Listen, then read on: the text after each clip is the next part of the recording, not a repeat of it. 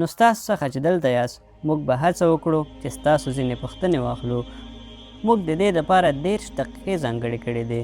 اوس د دې په اړه چې دا 2 ساعته بحث به څنګه پر مخ لاړ شي، 2 یا 3 بنسټیز شیان شتون لري چې موږ باید په ذهن کې وساتو. موږ باید له هر ډول شعار ورکولو څخه ډډه وکړو. دا کومه جنجالي پیښه نه ده ځکه ټوله نړۍ ورته ګوري، نو موږ باید نظم وساتو. یو هدف دا دی چې خلکو ته وښایو چې تعلیم یافته خلک همغږي کیدی شي یا هم له یو بل سره اختلاف کولی شي، خو بیا هم په درناوي خبرې وکړئ. دلته زما سره GNU څخه پروفیسر پروشتم اګروال دی، چا چې موږ ته په ټولګي کې ښوولي وو چې د موافقې جرأت، د اختلاف حکمت لرل او حتی د دې برعکس کول خورا مهم دي. همدارنګه دا د کوم یو ځانګړي دین په اړه بحث نه دی، هر څوک باید په دې پوه شي. دا د دې په اړه نه دی چې ووایو یو دین له بل څخه غوره یا بد دی. نو که څوک په دې هیله ګوري یا څرنګه چې تاسو دلته یاست، زه غواړم تاسو ته ډاډ درکړم چې تاسو هیلې به بې ځایه نه وي. دا 2 کسان چې همدا اوس د ټولو مذهبي نښو په اړه خورا جدي ښکاري چې په دې بحث کې کارول کیږي، په حقیقت کې ښه خلک دي. دوی پرون ماښام د چای لپاره سره ولیدل، ډېر یې وخندل او حتی د ټوکو پر مهال یې سیلفي هم واخیسته. دا یوازې دا ښیي چې په انټرنیټ کې د ټولو غوغاګانو سره سره دا دواړه په آرام او درناوي سره بحث کولو ته راضي شوي دي. هغه څه چې په ټویټر کې ویل کیږي باید په ټویټر کې پاتې شي.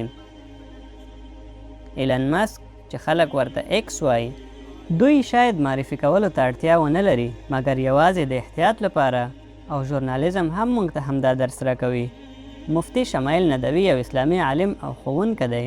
هغه په کلکته کې د وحیان بنسټ ښودونکی دی. هغه په لکنو کې له معتبرې دارالعلوم ندوة العلماء څخه فارغ شوی دی. هغه په سوشل میډیا او عامو پلیټفارمونو کې فعال دی. په تدریس او فکري کارونو کې بوخت دی. همدا اوس هغه د مالیزیا په نړیوال اسلامي پوهنتون کې خپله PhD کوي. په زړه پورې خبره دا ده چې د خپل زده کړو ترڅنګ هغه د سفر بلاګونه هم جوړوي، لکه یو چې هغه د پټروناس ټراورس مخ ته جوړ کړی و. موږ لیدلی دی. زموږ سره جاوید اختر دی. جاوید اختر یو شاعر او نغمه لیکونکی دی. هغه نثر هم لیکي. هغه د فلمونو لپاره ډایلاګونه او سندرې لیکلي دي. هغه د ساینسي فکر په اړه صریح دی او په ښکاره ډول د خپل الحاد او عقلانیت په اړه خبرې کوي. ښاغلو او آغلو، آیا خدای شتون لري؟ هر څوک هڅه کوي چې د دې پوښتنې لپاره خپل ځواب ومومي. ځینې وایي چې دا د لعنتي ذرې کشف دی، ځینې وایي چې دا د خدای ذره ده، نور د هیګز بوسن د کشف په اړه خبرې کوي. ځینې هڅه کوي چې د دې پوښتنې ځواب ومومي چې بالاخره ماده یعنې کتله څنګه منځته راغله، دقیقاً څه پېښ شول، له پیدایښت مخکې، په خپله له وخت څخه مخکې څه و. او ځینې وایي په خپله هغه مغز چې دا ټول شیان پکې کیږي د طبیعت په نظام کې څنګه وده وکړه. زه هیله لرم چې نن موږ وکولی شو د دې بنسټیزو پوښتنو لپاره ځینې ځوابونه ومومو. لومړی زه مفتي شمایل ندوي صاحب سټیج ته رابولم. مهرباني وکړئ. صاحب، زه یو غوښتنه لرم. مهرباني وکړئ خپله وینا پیل کړئ. هر څوک مهرباني وکړئ خپل تلیفونونه په خاموش یعنی سایلنټ یا فلایټ موډ کې وساتئ. ټول ستاینې هغه خالق لره دي چې دا کائنات په یو هدف پیدا کړي دي. محترم جاوید اختر صاحب، ښاغلی سوربدیو دي او درنو حاضرینو، له تاسو ټولو مننه چې نن دلته راغلي یاست. څرنګه چې د نن ورځې بحث دا دی چې آیا خدای شتون لري، دا یو داسې موضوع ده چې مختلف خلک د پریکړې کولو لپاره مختلف معیارونه درلودلی شي. نو د دې بحث په پیل کې دا مهمه ده چې معلومه کړو چې د دې موضوع لپاره کوم معیار سم او کوم غلط دی. تر ټولو لومړی معیار، زه پوهیږم چې زموږ محترم جاوید اختر صاحب به ژر ساینس ته مخه کړي، مګر حقیقت دا دی چې ساینس نشي کولی په مستقیم ډول د خدای د شتون د ثابتولو یا ردولو لپاره معیار وټاکل شي. او دا ولې؟ دا زه نه وایم، بلکې د ساینس متخصصین دا وایي. د ملي علومو اکیډمي وایي چې ساینس د خدای د ثابتولو لپاره پروسې نه لري یا د خدای شتون د رد کولو لپاره. ولې؟ ځکه ساینس په تجربوي شواهدو ولاړ دی. او تجربوي شواهد زموږ اړیکه له طبیعي او فزیکي نړۍ سره ده، په داسې حال کې چې خدای په غیر فزیکي او له طبیعت څخه پورته حقیقت پورې اړه لري، نو تاسو نشئ کولی هغه وسیلې وکاروئ چې د فزیکي حقیقت موندلو لپاره ډیزاین شوي ترڅو غیر فزیکي حقیقت معاینه کړي. له همدې امله د نن ورځې په بحث کې ساینسي شواهد به د خدای د شتون د ثابتولو یا ردولو لپاره ونه منل شي. بل احتمالي معیار وحی کېدای شي د دې لپاره ترڅو وښایي چې خدای شتون لري که نه، مګر حتی دا معیار نن ورځ غیر ضروري دی، ځکه چې زما لپاره وحی د علم یو معتبره سرچینه ده. دا د علم یوه سرچینه ده، مګر زموږ د جاوید اختر صاحب په وینا دا د علم معتبره سرچینه نه ده. نو د نن ورځې په بحث کې زه به له هیڅ کوم مذهبي کتاب څخه یو دلیل هم وړاندې نه کړم، یوازې د دې لپاره چې جاوید اختر صاحب ته د منلو وړ نه وي. دریم احتمالي معیار مشاهده یعنې کتنه ده، لکه کله چې څوک وایي که خدای شتون لري نو ماته یې وښایه، که د خدای شتون لپاره تجربوي ثبوت راکړه، مګر دا په حقیقت کې د غلطي وسیلې کارول دي.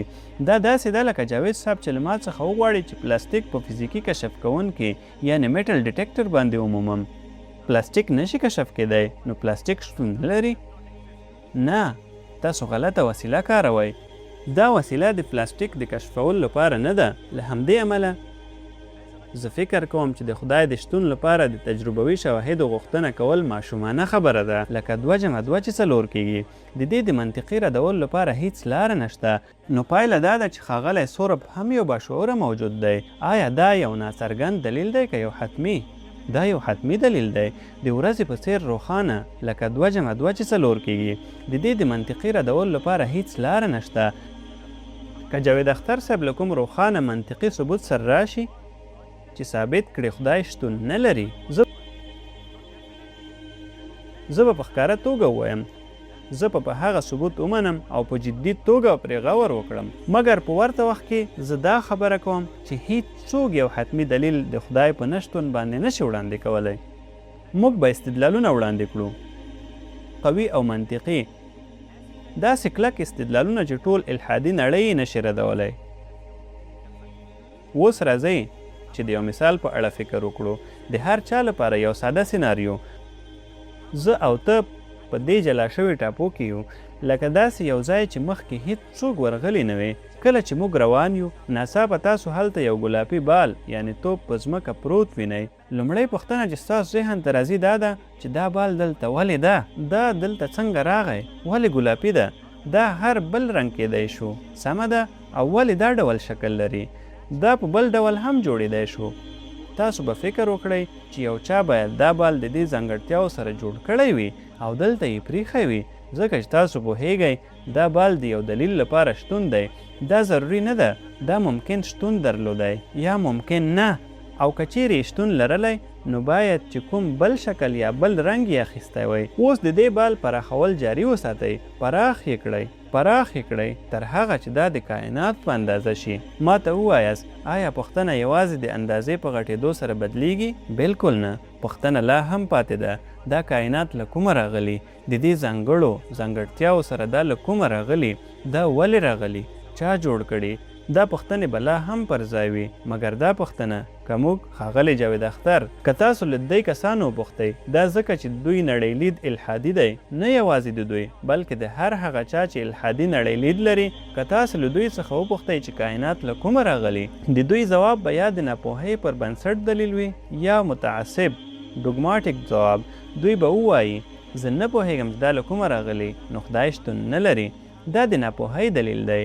یا به ووایي کائنات په خپله پیدا شوي دي، مګر د دې معنا دا ده چې بال هم باید په خپله جوړ شوی وای. خو کله چې د بال خبره راشي، دا وضاحت به ونه منل شي، دا یوازې په خپله پیښ شوي، مګر دا به له کائناتو سره وصل وي.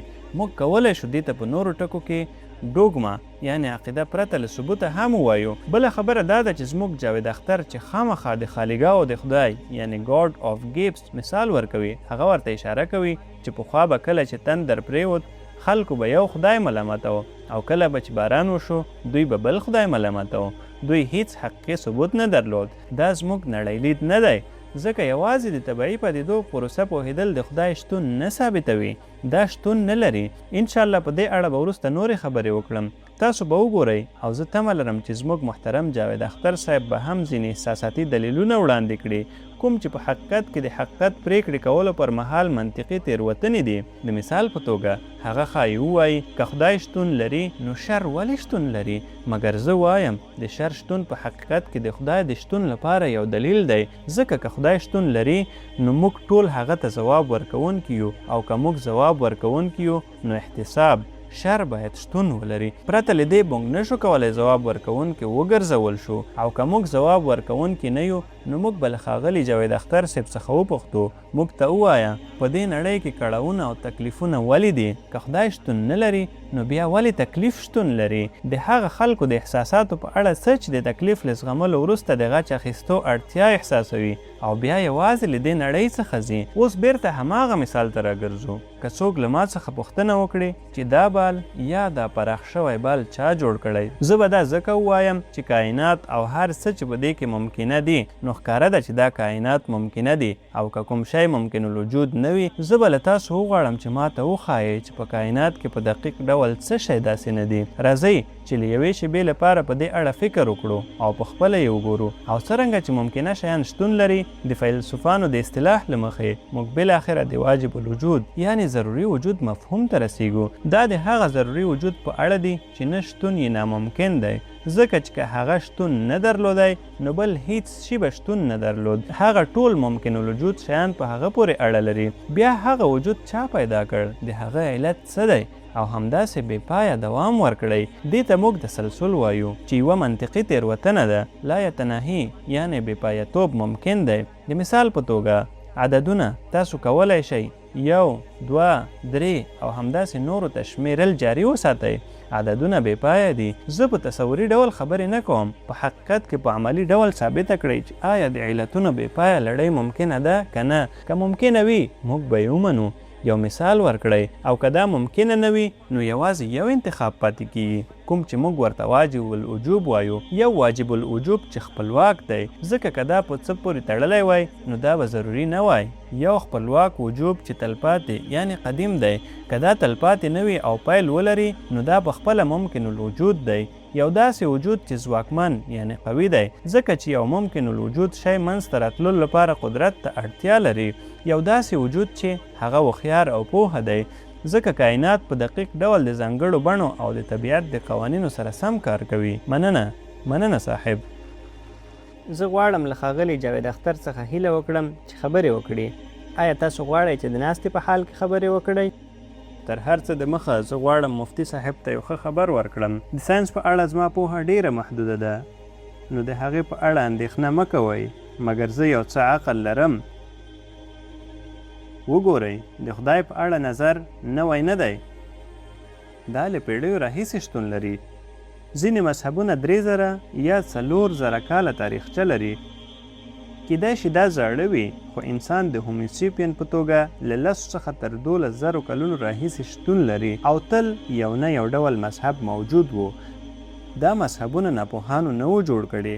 دا د هغې یوناني ټولنې چې لوی فیلسوفان یې پیدا کړي وو. دا د هغو مصریانو مذهبونه وو چې اهرامونه یې جوړ کړي وو. دا د رومیانو مذهبونه وو چې د هغوی معمارۍ او د پاکۍ نظامونو د لومړي ډول ډیموکراسۍ بنسټ کېښود.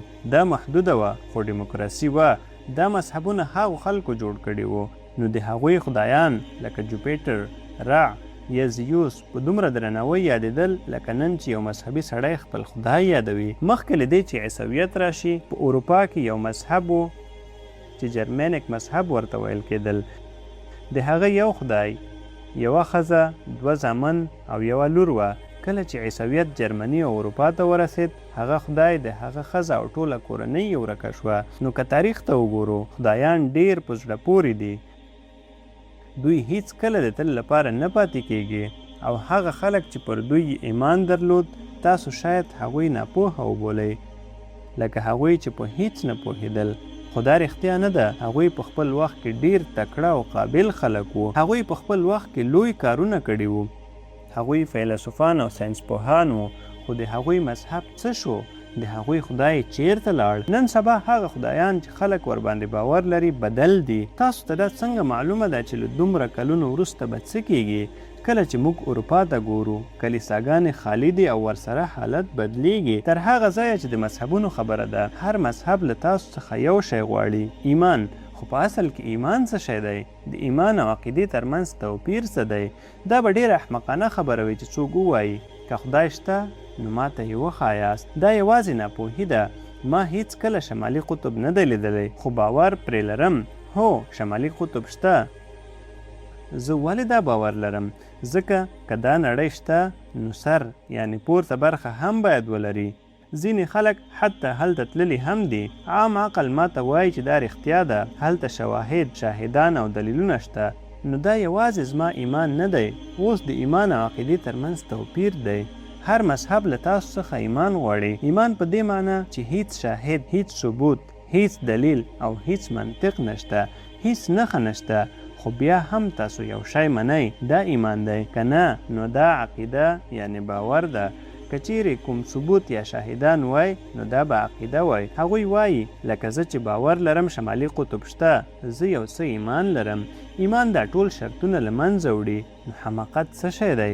که زه په داسې یو شي باور وکړم چې منطق نه لري، هیڅ دلیل، هیڅ ثبوت، هیڅ شاهد او هیڅ شواهد نه لري او بیا هم پرې باور کوم، دا حماقت دی. لکه که سبا زه باور وکړم چې ایلن ماسک زما ورور دی، زه به ډېر خوشحاله شم او آرامي به احساس کړم. خو بیا به یو څوک ووایي وروره ته ولې دا باور لري؟ څه ثبوت لري؟ هغه امریکایي دی او ته هندي یې، نژاد مجلا دی، تاسو کله هم نه دي سره لیدلی. زما ایمان په همدې کې دی او د ایمان په اړه جلا خبرې کول په دې معنا دی چې تاسو یې نشئ ثابتولی. که تاسو دا ثابتولی شوئ نو ایمان ته به اړتیا نه وه. تاسو به یوازې پرې بحث کوو. تاسو هر څومره چې غواړئ بحث کولی شئ. په پای کې په نړۍ کې هر مذهب په ایمان ولاړ دی او ایمان داسې یو باور ته وایي چې هیڅ ثبوت، هیڅ شاهد او هیڅ دلیل نه لري. اوس شاید تاسو وپوښتئ چې زه دا ولې وایم؟ لکه دا کائنات چا پیدا کړي؟ په زړه پورې خبره دا ده تاسو وویل چې یوې ټاپو ته لاړئ او هلته د یو توپ ولید. تا دا ونه پوښتل چې ټاپو چا جوړه کړې؟ ته یوازې توپ ته حیران وې، خو تا د ټاپو په اړه پوښتنه ونه کړه. دا ټاپوګانې دي. په همدې ډول دا هم یو ټاپو ده. ستوري، کهکشانونه، دا ټول ټاپوګان دي. دا یو حقیقت دی. موږ ورته پام نه کوو. موږ هیڅ کله نه پوښتو چې دا چا جوړ کړي. ته حتی د خپلې ټاپو په اړه هم ونه پوښتل. سمه ده، زه څنګه پیدا شوم؟ آیا زما لپاره پلان شوی و؟ آیا زه باید پیدا شوی وای که یوازې یوه ناڅاپي پیښه وه چې وشوه؟ زما زیږون ناڅاپي و، بلکل ناڅاپي. او هغه څه چې تاسو انصاف وایل له فطرت سره هیڅ تړاو نه لري. کله چې تاسو وایي یو ورځ به انصاف کیږي، انصاف یو انساني فکر دی. په فطرت کې انصاف نشته. که شیر هوسۍ وخوري نو بس همداسې ده. په فطرت کې انصاف نشته. که طوفان راشي او شنه ونې راوغورځوي نو د طوفان لپاره کوم زندان نشته. فطرت انصاف نه کوي. ځکه نو خلک وایي چې فطرت انصاف ته اړتیا نه لري. فطرت یوازې یو بشپړ سیسټم دی. اوس که زه ووایم صاحبه وګوره ما هغه خواړه وخوړل او زما سترګو ته یې زیان ورسوم، هغه ته سزا نه ورکول کیږي. دا یوازې د سیسټم د چلیدو طریقه ده. فطرت انصاف نه لري. انصاف یو انساني نظر دی. نو کله چې څوک وایي زه به تا ته انصاف درکړم، دا د انساني ذهن محصول دی. دا فطري نه دی. دا داسې څه نه دی چې له پاسه یعنې اسمانه راغلی وي. دا یوازې فطرت دی. انصاف څه دی؟ برابري څه ده؟ وروره تاسو ټول سره یو ځای اوسئ. اوس تاسو په چپ لاس موټر چلوئ. دا څه دی؟ ټول حقیقت، ټوله نیکي او ټول شرافت په چپ لاس موټر چلول دی. که نه نو څه به وشي؟ یا به ټکر وکړئ، حادثه به وشي، څوک به ووژنئ او یا به ټرافیکي بندښت جوړ کړئ. درواغ، بې ایماني، رشوت، دا ټول په ښي لاس موټر چلول دي، نور هیڅ نه. موږ دا قانون داسې جوړ کړی لکه څنګه چې مو په چپ لاس د چلولو قانون جوړ کړی. دا انصاف، دا ټول فکر زموږ خپل دی. دا له فطرت سره هیڅ تړاو نه لري. آیا شیر ته د هوسۍ په خوړلو سزا ورکول کیږي؟ نه، داسې هیڅ نشته. دا یوازې نه پیښیږي. نه، کله چې مذهبونه تا ته د انصاف وعده ورکوي نو دا ښایي چې دا نظر د انسان جوړ کړی دی. دا فکر له بل هیڅ ځایه نه دی راغلی. ځینې خلک وایي چې فطرت په خپله خدای دی، خو په فطرت کې انصاف نشته. او تاسو وعده کوئ چې له مرګ وروسته به انصاف درکړل شي. که داسې وشي زه به ډېر خوشحاله شم، خو زه یوازې ورباندې باور نشم کولی ځکه چې زه ایمان نشم پیدا کولی. په خپله دا حقیقت چې مذهبونه د ایمان غوښتنه کوي په دې معنا ده چې هغوی هیڅ دلیل یعنی ثبوت نه لري. دا خبره همداسې ده که څه هم یو مذهب میانه روي ولري، هر یو یې وي، تاسو شاید له هغې څخه یو څه ګټې هم ترلاسه کړئ. وګوره دا یوه ګټه ده، هغه بله یې ده شراب په ډېرو درملو کې کارول کیږي. په امریکا کې یوه سروې شوې چې ډېر عمر ورکوي. یوې خواته هغه خلک و چې هیڅ کله شراب نه وڅښلي او بلې خواته هغه و چې یو بوتل شراب یې څښل. په اصل کې تر ټولو ډېر عمر د هغه خلکو و چې شاوخوا 2 پیکه شراب یې څښل او سم خواړه یې خوړل. خو موږ فکر کوو چې شراب بد دی. زه هم فکر کوم چې دا بد دی. ولې؟ ځکه چې دا په حقیقت کې داسې کار نه کوي. ځینې شیان د کلونو په تېرېدو سره په عادت بدلیږي. حتی نن هم داسې خلک شته چې شیدې څښي. که تاسو 10 کاله وروسته ورسره وګورئ هغوی به بیا هم همدغه کار کوي. هغه به خامخا شراب څښي. داسې نه ده چې هغه د هر سهار شیدې څښلې وي. ما کله هم د شیدو معتاد نه دی لیدلی. خلک د شرابو معتاد کېدلی شي. دا مذهبي تمایل دی چې زیاتیږي، لکه سرطان چې لویږي یا د شرابو څښل چې زیاتیږي. ځینې خلک یې په سمه لار کاروي. زه ډاډه یم چې زموږ مفتي صاحب له هغوی څخه یو دی. زه له هغه سره په لیدو ډېر خوشحاله شوم. خو هلته څومره خلک دي. کله چې نن په نړۍ کې ویجاړیو ته وګورئ ډېره برخه یې د هغو خلکو لخوا کیږي چې د مذهب دعوه کوي. مذهب پخپله نه وایي چې دا کار وکړئ، خو کله چې دا مذهبي کسان د مذهب شراب وڅښي نو داسې چلند کوي. شاید که لږ وي نو سمه به وي. خبره دا ده چې دا یوازې لږ شراب نه دی، دا د زیاتېدو تمایل لري. په پیل کې که په بدن کې یوازې 2 یا 3 د سرطان حجرې وي نو سړی شاید ښه وي، خو هغه 2 یا 3 حجرې همداسې نه پاتې کیږي، هغه زیاتیږي. جاوید اختر صاحب وخت پوره شو، بس همدا ده، بحث پای ته ورسید. په حقیقت کې ما نور هیڅ نه لرل چې ووایم. زه اوس مفتي صاحب ته د ځوابي پړاو لپاره بلنه ورکوم. ستاسو لومړی ځوابي پړاو. تاسو 6 دقیقې وخت لرئ.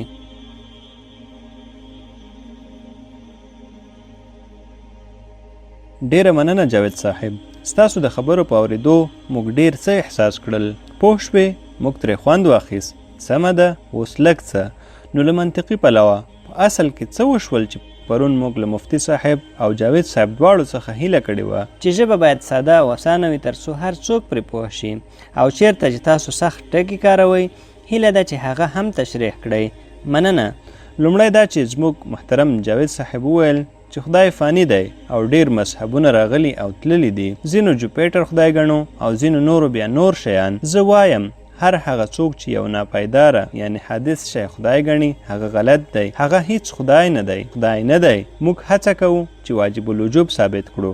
هغه ضروري علت چې ازلی او ابدي دی چې هغه دی دا هم ازلی دی او هم نږدې. موږ دلته د بل چا لپاره د هیڅ شي د ثابتولو لپاره نه یو راغلي. بله خبره چې هغوی وکړه دا وه چې ایمان او عقیده د ایمان یو داسې تعریف دی چې هغوی د لومړي ځل لپاره وړاندې کړ. یا وبخئ هغوی دا لومړي ځل نه دی وړاندې کړی. ریچارډ ډاکنیز لومړی سړی و چې دا کار یې وکړ. زه په دقیق ډول پوهیږم چې دا سرچینه له کوم ځایه راغلي. صاحبه د علمي پلوه یعنی معرفت پوهنه تاسو ایمان او باور داسې نشئ جلا کولی. ایمان هم سم یا غلط کېدلی شي. عقیده یعنی باور هم سم یا غلط کېدلی شي. هغه ایمان چې منطق، دلیل او شواهد ورسره وي هغه سم ایمان دی، او هغه ایمان چې تاسو په اړه خبرې کوئ موږ وایو که یو شی غیر منطقي وي او هیڅ اساس ونه لري نو موږ په یوه خوله وایو. موږ په هغه ایمان باور نه لرو چې منطق تر شا ونه لري، هیڅ ثبوت نه. موږ یې بیخي نه منو. موږ د هغه ایمان پلویان یو چې منطق او شواهد ورسره وي. نو باور هم سم یا غلط کېدلی شي، ایمان هم سم یا غلط کېدلی شي. نن موږ د ایمان او باور ترمنځ د توپیر په اړه خبرې نه کوو. که تاسو ایمان منئ که باور، پوښتنه دا ده حقیقت څه دی؟ آیا رښتینی باور سم دی که رښتینی ایمان که غلط ایمان؟ دا څه شی دی او غلط باور څه شی دی؟ موږ په همدې خبرې کوو. بله پوښتنه چې هغوی وکړه دا وه چې حماقت څه شی دی؟ که ایمان او مذهب حماقت نه وي نو بیا څه دی؟ ځکه کله چې تاسو د ایمان خبره کوئ نو په اصل کې حماقت څه دی؟ زه وایم حماقت الحاد یعنی بېدیني ده. دلیل یې دا دی، فرض کړئ تاسو په کوڅه کې روان یاست او یو باغ ته ننوځئ چیرته چې یوه تخته لګېدلې وي او وایي په ګلانو سره زه له جاوید اختر سره مینه لرم او واقعا مینه درسره لرم صاحبه. نو کله چې هلته ورسیږئ نو ما ته ووایئ آیا تاسو به ووایئ واه دا څه یو طبیعي جوړښت دی، دا کوم ډول طبیعي جوړښت دی؟ نه، دا په دقیق ډول یو ډیزاین دی. د دې تر شا یو ډیزاینر شته. نو که یو څوک دا ساده حقیقت نشي منلی چې دا کائنات چې په دومره دقت سره کار کوي یوازې په خپله پیدا شوي، زه فکر کوم کوم له دې بل غټ حماقت نشته. دا بیخي غیر منطقي ده. بیا زموږ صاحب وویل چې تاسو یوازې توپ ته پام وکړ نه ټاپو ته. وګوره زه د توپ مثال کاروم تر څو دا تشریح کړم چې ټاپو چا جوړه کړې ده، او توپ هم ناپایداره دی، ټاپو هم ناپایداره ده. دواړه یو واجب الوجوب یعنی پیدا کوونکي ته اړتیا لري. بیا هغه مخکې لاړ او ویې ویل فطرت منصف نه دی. موږ پخپله دا پرېکړه کوو چې اخلاق څه دي او د انصاف معنا څه ده. موږ پرېکړه کوو لکه د ډرایور په څیر چې ټرافیک کنټرولوي. کوم خدای نشته چې موږ ته دا ووایي. دې ته غلطه برابري وایي. دا یو منطقي غلط فهمي ده. تا د ډرایورۍ او ټرافیک مثال ورکړ، خو دا شخصي اخلاق دي. تاسو نشئ کولی شخصي اخلاق د مثال په توګه وکاروئ تر څو هغه په حقیقي یعنی مطلق اخلاقو وتپئ. انصاف حقیقي اخلاق دي. که تاسو وایئ چې په فطرت کې انصاف نشته، نو د انصاف نشتون په خپله فطري دی. نو پرېږدئ چې فطرت په خپله فطرت وي. نو بیا موږ ولې دومره هڅه کوو چې نړۍ ته انصاف راوړو؟ دا هیڅ معنا نه لري. دا غیر منطقي خبره ده. له همدې امله ډیر داسې شیان شته چې په حقیقت کې نیک یا بد دي، او ډیر داسې شیان دي چې په شخصي نظر پورې اړه لري. کوم څه چې په شخصي ډول اخلاقي یا غیر اخلاقي دي، هغه ټولنیز تړون یا د چا خوښه ټاکي. خو حقیقي اخلاق چې انصاف پکې شامل دی او دوی یې تکراروي، هغه واقعي دي. دا په شخصي نظر پورې اړه نه لري. که تاسو دا وایئ دا په شخصي خوښه پورې اړه لري. نو زما پوښتنه دا ده، که ټولنیز اتفاق ظلم ته د منلو وړ ووایي، نو آیا تاسو به هغه ظلم ته جواز ورکړئ؟ دویم دا چې هغوی وویل که تاسو 2 پیکه شراب وڅښئ، نو دا هماغسې نه پاتې کیږي بلکې زیاتیږي. د مذهب کیسه هم همدا ده. که تاسو د مذهب 2 پیکه واخلئ، نو دا به هم زیات شي. دا داسې یو مثال دی چې هر ځای لګېدلی شي، که هغه الحاد وي او که بل هر څه. که تاسو 2 پیکه الحاد واخلئ، دا به هم وده وکړي او د شمالي کوریا په څیر به شي. مننه. د لومړي پړاو د ځواب لپاره زه جاوید صاحب ته بلنه ورکوم. تاسو 7 دقیقې وخت لرئ. زه خوشحاله یم چې مفتي صاحب هم ومنله چې په فطرت کې انصاف نشته. نو هر هغه څه چې انسان نوی جوړ کړي په هغې کې انصاف نشته. اجازه راکړئ یو څه درته ووایم. دې ته وګورئ. هغه ښکلي ګلان چې تاسو یې په باغ کې وینئ، په هغو کې هم یو فطري یعنی قدرتي نه دی. دا ټول ګلان د پیوندونو له لارې جوړ شوي دي. هغه ګلان چې تاسو یې په دښته کې ومومئ ډیر ساده دي. کوم چې تاسو په باغ کې خوښوئ هغه انسانانو جوړ کړي دي. دا ډول ډول ګلان چې تاسو ورته ګورئ او حیرانېږئ، دا ټول د انسانانو په لاس جوړ شوي دي. دوی ته پیوندونه ورکړل شوي او داسې روزل شوي، بیا بیا پیوند شوي دي. دا قدرتي ګلان نه دي.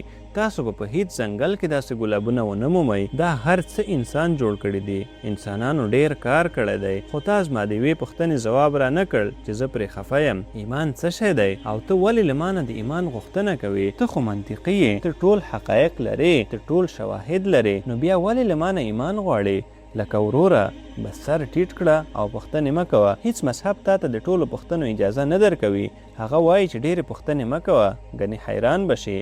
ته هغه ولې مهار کوې؟ حقیقت دا دی چې د انسان تاریخ په اصل کې څه دی؟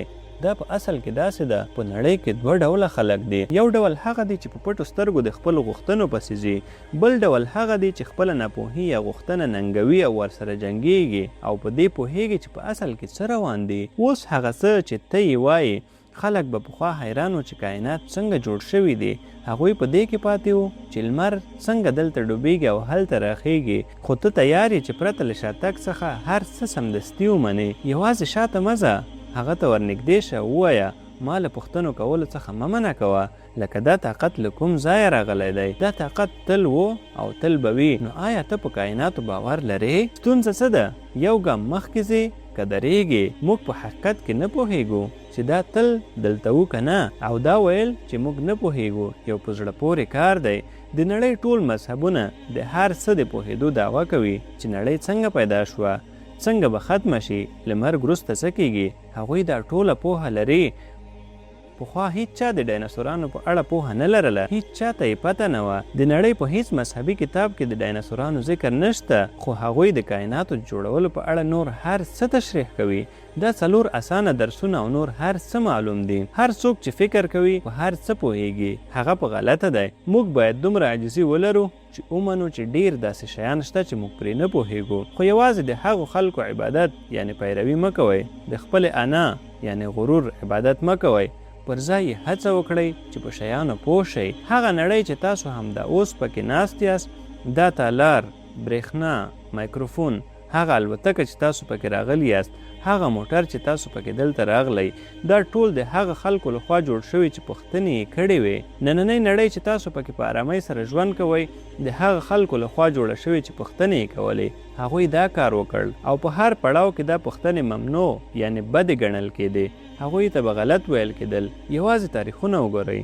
د بیټن لخوا یو ډیر په زړه پورې کتاب شته چې پکې هغه وایي مذهب تل د ساينس په مقابل کې پاتې شوی.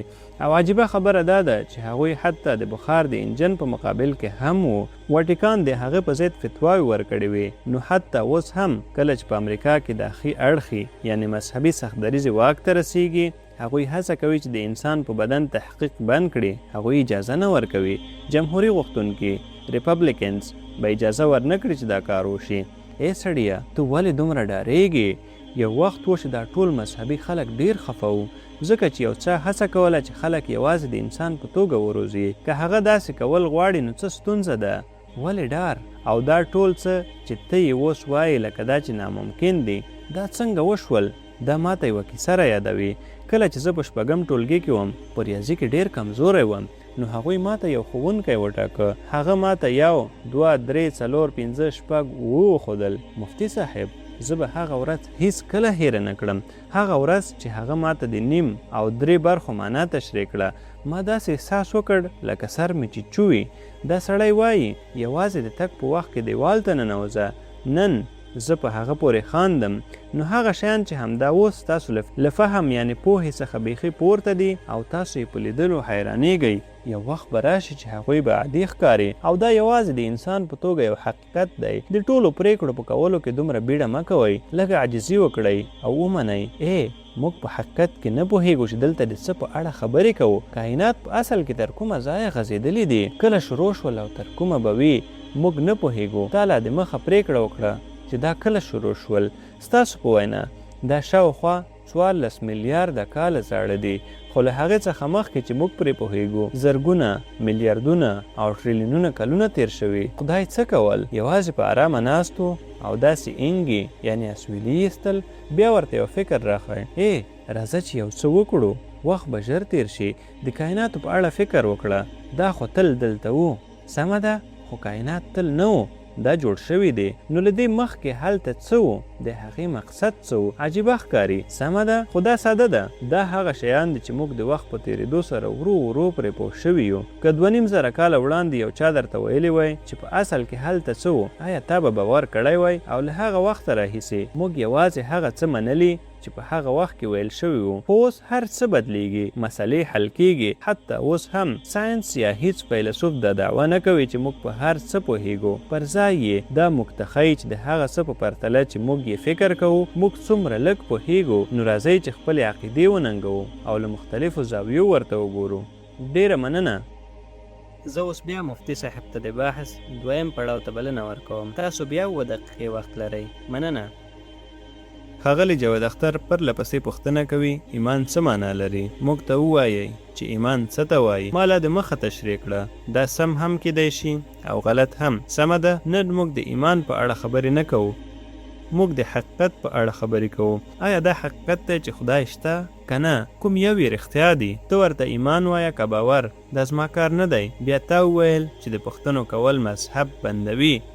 زه وایم هر څوک چې بندوي بندوي دی، زه یې نه بندوم. په حقیقت کې موږ باید پوښتنې وکړو. د پوښتنو په کولو سره موږ مخکې ځو او پرمختګ کوو. له همدې امله زه نن دلته یم. خو پوښتنې یوازې د خدای په اړه نه دي، دا ستاسو لپاره هم دي. د الحاد یعنې بېدینۍ لپاره هم پوښتنې شته. وی به پوښتنه یوازې د مذهب په اړه نه ده، دا د هر څه په اړه ده. او نن زه غواړم پوښتنې وکړم په دې هیله چې تاسو به ځواب راکړئ. تر اوسه پورې تا زما د ناپایدارۍ یعنی کانټینجنسي دلیل ځواب نه دی ویلی. تا وویل ولې موږ یوازې دا نه وایو چې کائنات ازلي یعنی تلپاتې دي؟ دا ځکه چې له منطقي پلوه کائنات ازلي نشي کېدی. کائنات یو ناپایداره یعنی حادث شی دی. دا په وخت او ځای پورې تړلی دی. هر هغه څه چې په وخت او ځای پورې تړلی وي هغه ناپایداره دی. هر هغه څه چې ناپایداره وي باید یو پیل ولري، او هر هغه څه چې پیل ولري هغه ازلي یعنی بې پیله نشي کېدی. بیخي نه، دا یو ډیر عام یعنی ساده حقیقت دی. تا وویل چې په هیڅ مذهبي کتاب کې د ډایناسورانو ذکر نشته. بدبختانه ما کله هم د ریاضي په کتابونو کې هم د ډایناسورانو ذکر نه دی لیدلی. نو آیا دا په دې معنا ده چې د ریاضي کتابونه بې ګټې دي؟ نه، دا یوازې په دې معنا ده چې دا موضوع پکې نشته. د وحي او مذهبي کتابونو مقصد تاسو ته د بایسکل جوړول ښودل نه دي. دوی دلته د دې لپاره دي چې ووایي ډایناسوران کله اوسېدل. دوی د اخلاقو ښودلو، د خدای په اړه د خبرو کولو او د غیر مادي وجود د حقیقت تشریح کولو لپاره دي. مذهب هم دې ته وایي ساينس هیڅ شی نه بندوي. نه یې بندوي، او که یې بندوي نو دا غلط دی. مذهب د ساينس پرستی یعنی ساینټیزم مخه نیسي، او زموږ جاوید صاحب په همدې کې بوخت دی. د ساينس او ساينس پرستی ترمنځ توپیر شته. ساينس پرستی دا فکر دی چې ساينس او ساينسي طریقه د علم یوازینۍ سرچینې دي. دا ساينس پرستی ده. موږ دا ردوو، موږ د ساينس ملاتړ کوو. وروره یوازې زموږ ټول تاریخ وګوره او ته به پوه شې. په هر صورت دا یوه جلا موضوع ده. له هغې وروسته هغه د واټیکان د فتوا په اړه یو څه وویل. د واټیکان فتوا له دې سره هیڅ تړاو نه لري. نه، دا متضادې خبرې دي. بیا هغه وویل وروره موږ نه پوهیږو. که نه پوهیږي نو په ښکاره ووایه چې نه پوهیږم. په دې کې څه ستونزه ده؟ دا هماغه څه دی چې زه یې وایم. ته ویلی شې چې نه پوهیږم، خو بیا ولې دا دعوه کوي چې خدای نشته؟ ته ویلی شې چې زه نه پوهیږم. شاید هغه وي، شاید نه وي، شاید هغه وي، شاید نه وي، خو تا خو دعوه کوله. کله چې ته ووایې خدای نشته، دا یوه دعوه ده، او اوس د ثبوت ذمهداري پر تا ده، لکه څنګه چې پر موږ ده. او دا ولې؟ زه به درته ووایم ولې. اجازه راکړئ تشریح کړم. د فلسفي پلوه دعوه یوازې دا نه ده چې یو څوک مثبت یا منفي خبره وکړي او بیا ووایي چې د ثبوت ذمهواري نشته. د مثال په توګه که زه ووایم په هغه خونه کې هیڅ څوک نشته، زه د پوهې دعوه کوم. یا که زه ووایم زه نه پوهیږم، شاید وي یا نه وي، نو دا دعوه نه ده. خو کله چې زه ووایم هلته هیڅ څوک نشته یا هلته یو څوک شته، دواړه دعوې دي او دواړه ثبوت ته اړتیا لري. هو، د ثبوت ذمهواري پر موږ هم ده. ما د ناپایدارۍ دلیل وړاندې کړ، هڅه وکړه چې دا رد کړي. وروسته خبره چې دوی وکړه دا وه چې خدای د نړۍ له پیدا کولو 1.5 سل کاله مخکې څه کول، یا میلیونونه کاله مخکې. ای صاحبه سمه ده، اجازه راکړئ دا ځواب کړم. ته یو محترم شخصیت یې. که ته دلته نه وای ما به حتی دې ته پام هم نه وای کړی. وخت که 100 کاله مخکې وي که وروسته، یوازې د وخت پورې اړوند شیانو د اندازه کولو یوه لاره ده. وخت په خپله یوازې د کائناتو له پیل وروسته شروع شوی دی. نو له هغې مخکې خدای څه کول؟ دا یوه منطقي پوښتنه ده. دا یوه منطقي غلط فهمي ده. ته په اصل کې پوښتنه کوې چې د کائناتو له پیدا کولو مخکې خدای څه کول؟ د وخت له پیدا کولو مخکې وخت په خپله وجود نه درلود. نو د خدای په اړه د خبرو پر مهال د وخت له وجوده مخکې یو شی له وخت سره تړل بیخي غلط دي. بله خبره د ناپایدارۍ هغه دلیل دی چې ما تا ته وړاندې کړ. تا پرله پسې وویل چې دا د تشو خدای یعنی ګاډز اف د ګیبس ثابتوي. وګوره پخوا موږ نه پوهېدو، خو اوس ساينس هغه تشریح کړی دی. اجازه راکړئ یو ساده مثال درکړم. د هغو تشو یعنی خلاګانو په اړه چې ته خبرې کوي، هر هغه څه چې ساينس یې د دې تشو د ثابتولو لپاره کاروي هغه به په خپله ناپایداره وي. اوس که هغه طاقت وي، ماده وي او که انرژي، نو زموږ پوښتنه تر هغې سمه پاتې کیږي تر څو چې ته واجب الوجوب یعنی ضروري وجود ته ورسیږي. او په حقیقي نړۍ کې نامحدوده لړۍ یعنی انفینټ ریګریس بیخي ممکنه نه ده. نو ته باید یو ځای ودرېږي. هر چیرته چې ودرېږي هغه خدای دی.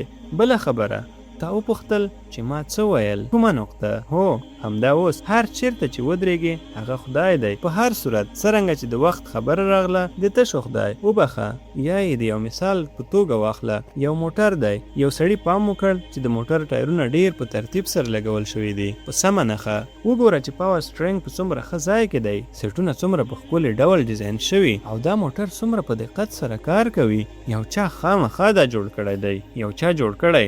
اوس که جاوید صاحب راشي ووایي ای صاحبه بنټ خلاص که، دننه یو انجن دی، انجن موټر چلوي، نو دا ثابتوي چې هیڅ چا موټر نه دی جوړ کړی. دا غیر منطقي خبره ده، دا ناسم فهم دی. تا د تش د ډکولو لپاره انجن وخود، خو آیا دا په دې معنا ده چې د موټر پیدا کېدل او د هغې پیدا کوونکی ناممکن شول؟ یا پوښتنه هلته ختمه شوه؟ نه، دا ممکنه نه ده. د ناپایداره شیانو په واسطه د تشو په ډکولو سره موږ خپل مشاهدات نور هم پراخ کړل. اوس موږ پوهیږو چې د موټر سیستم په اصل کې څومره پیچلی دی.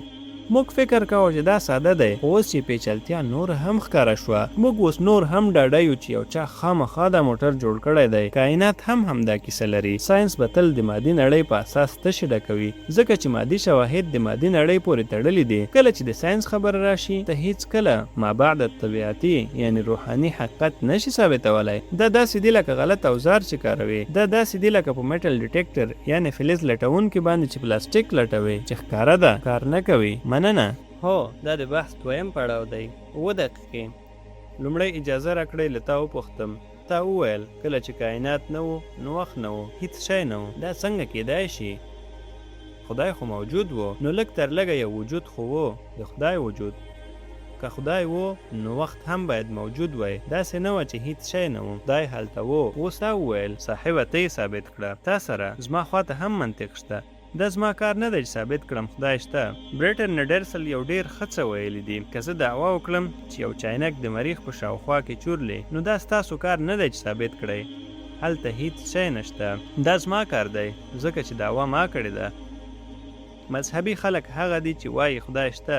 زه ولې باید ثابت کړم چې هغه نشته؟ تر هغې چې ته ما مطمئن نه کړې، زه پرې باور نه کوم. دا ذمهواري ستاسو ده، زما نه. سمه ده؟ خبره دا ده، دا کومې تشې یعنی خلاګانې چې ته یادوې، هغه تشې چې کله مذهب چلنج شي را پیدا کیږي. کله چې داسې څه کیږي نو شورماشور جوړیږي. کله چې دوی یو ایمان ننګوي، مذهب په مختلفو وختونو او ځایونو کې دا ټولې نښې د دې ساینس د ځپلو لپاره کارولې دي. د مذهب او ساینس په نوم یو کتاب دی، تاسو یې باید ولولئ، درته په زړه پورې به وي. د ساینس او مذهب ترمنځ اړیکه تاریخي ده.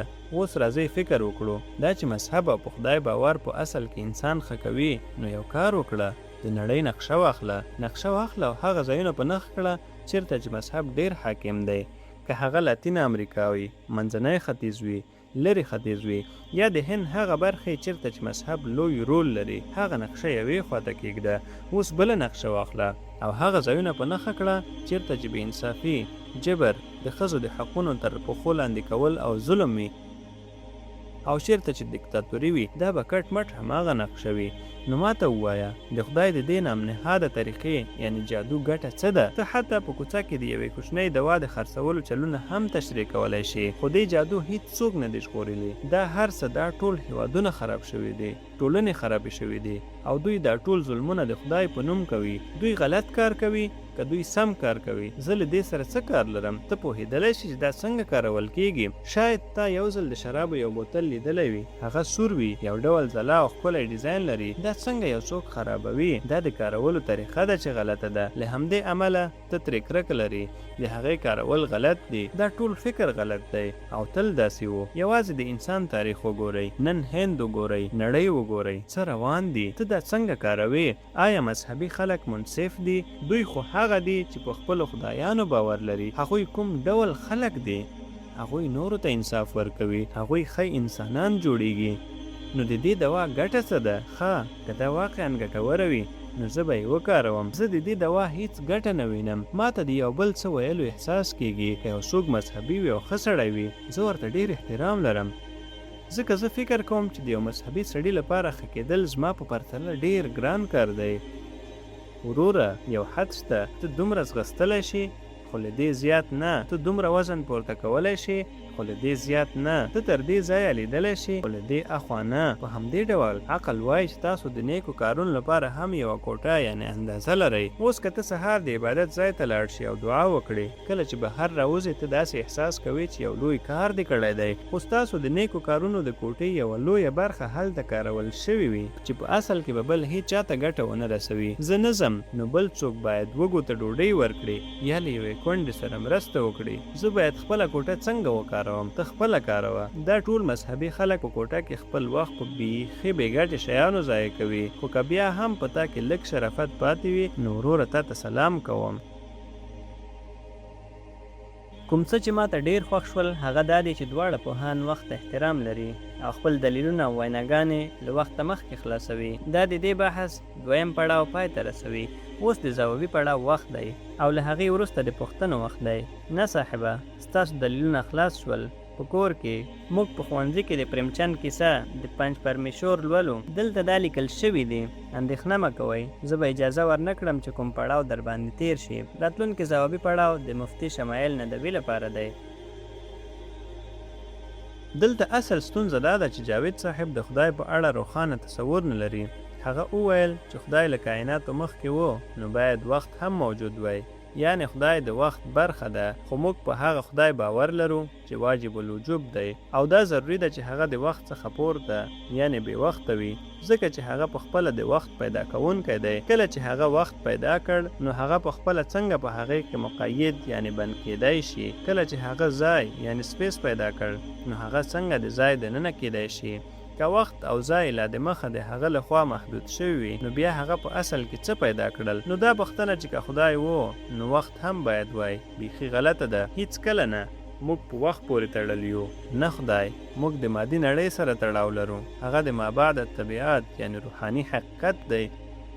بله خبره، هغوی د چاینک مثال ورکړ چې شاید په هوا کې چورلی او شاید هغوی د بریټر نیډرسل ته اشاره کړې وي. په هر صورت دا ستونزه ده. ستونزه دا ده چې موږ د شیانو ترمنځ توپیر نشو کولی. کوم مثال چې تا ورکړ هغه یوازې یو خیال دی او هغه څه چې زه یې د ثابتولو هڅه کوم هغه دا دی. دا د منطقي ضرورت برخه ده. دا د منطقي ضرورت خبره ده.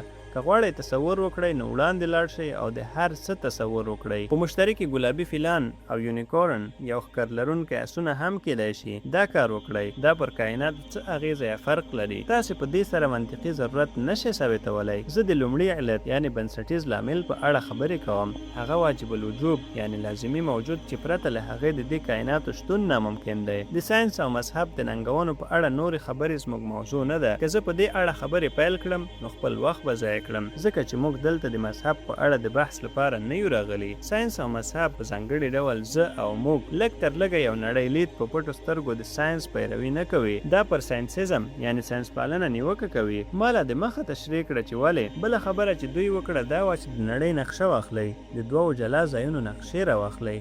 ما دا کورنۍ دنده ترسره کړې او د منځني ختیځ او اروپا نقشه مې اخیستې. یو مذهبي سیمه ده او بله یې لیبرل یعنی بېدینه سیمه ده. ما وموندله چې د ملګرو ملتونو د راپور له مخې د جنسي تیرۍ تر ټولو زیاتې پیښې په حقیقت کې هلته دي. زه دا یوازې په اروپا کې د کارکوونکو ښځو په اړه د خپل نظر له مخې نه وایم. په ځینو هیوادونو کې 80% ښځې جنسي ځورونه د کار برخه ګڼي. دا په منځني ختیځ کې نه پیښیږي. دا ځکه نه چې هلته مذهبي خلک دي. بله خبره چې تا وکړه دا ده چې د یو مذهبي سړي لپاره د موږ په پرتله نیک اوسېدل ډیر ګران دي، ډیر زیات ګران. دا په دې معنی چې د خدای ترڅنګ تاسو د ښو او بدو لپاره کوم بل معیار لرئ. زه غواړم په دې اړه په یو محاوره ییز برخه کې نور بحث وکړم. ډیره زیاته مننه. دا د رد ځواب یعنی ریبیوټل دویم پړاو دی.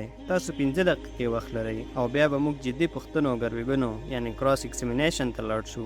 راځئ چې پوښتنې پیل کړو. که غواړئ تاسو کولی شئ هغه پوښتنې هم ځواب کړئ چې تردید پر مهال ترې شوې وي. هو تر هر څه وړاندې دا مثال سم نه دی، دا ناسم دی.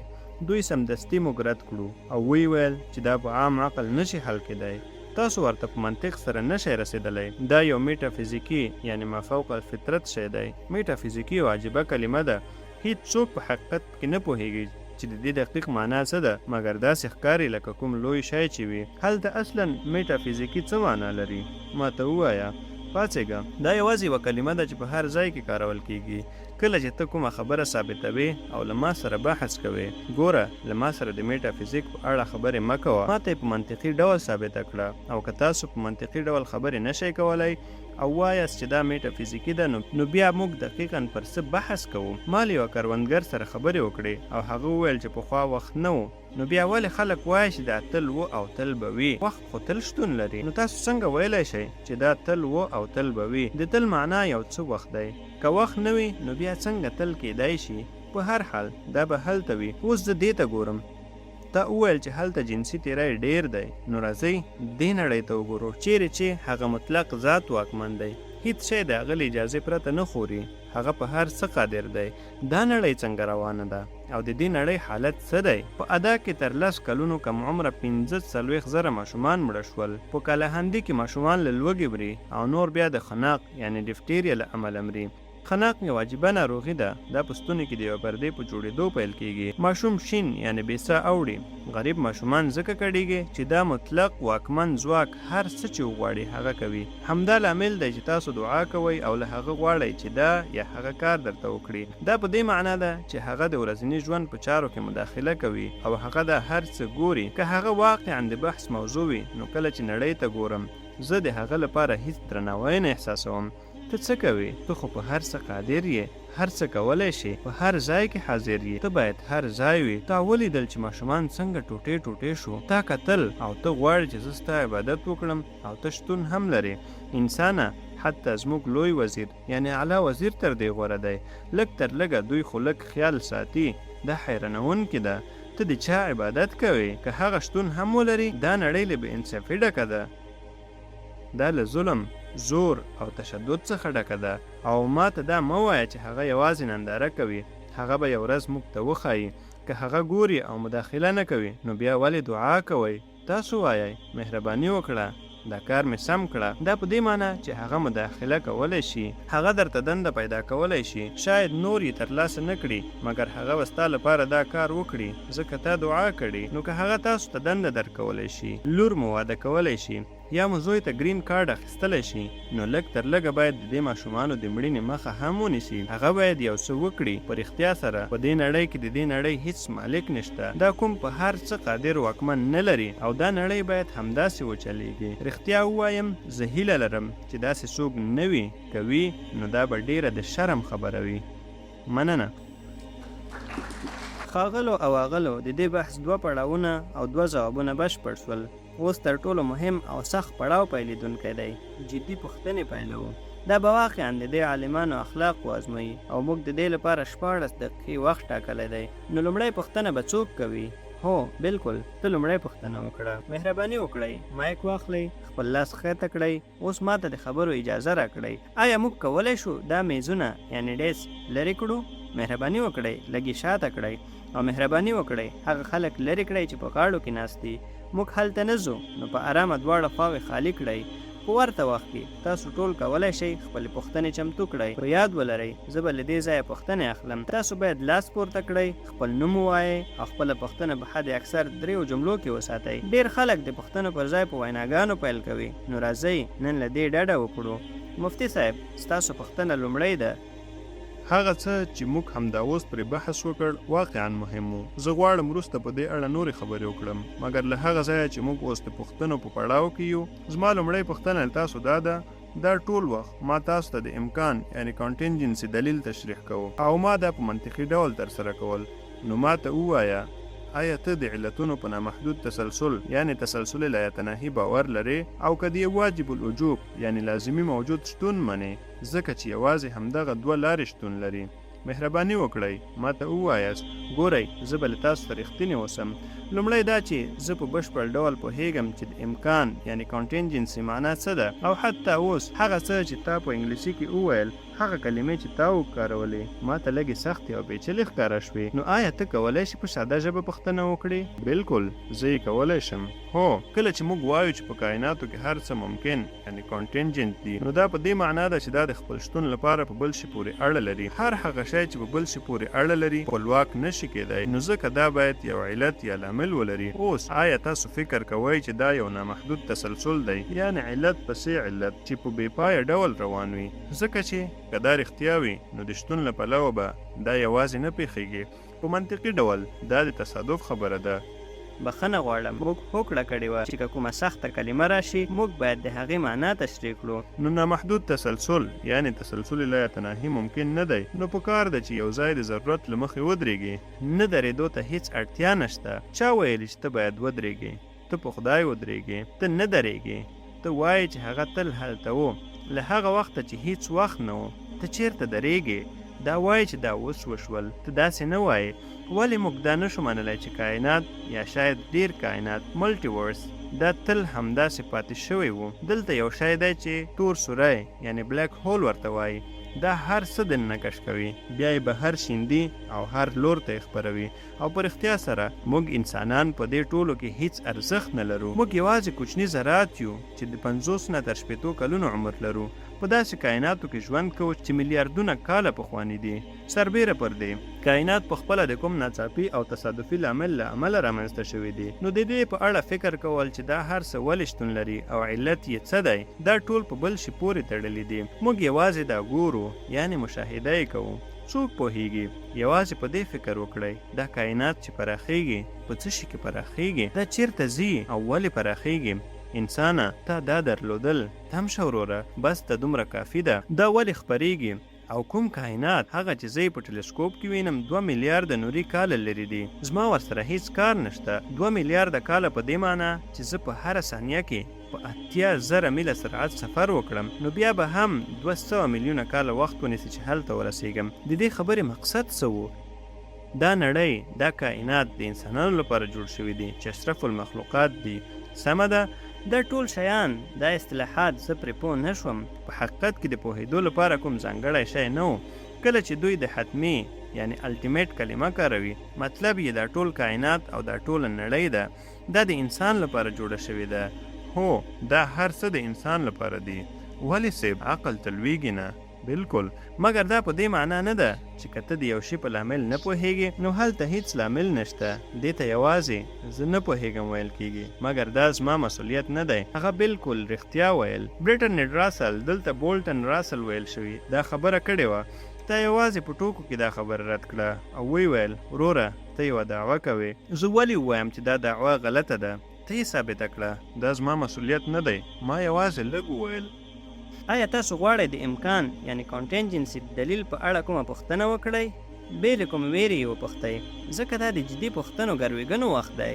تر دې وړاندې ستاسو په څېر خلکو د عقیدې په اړه خبرې کولې. سمه ده؟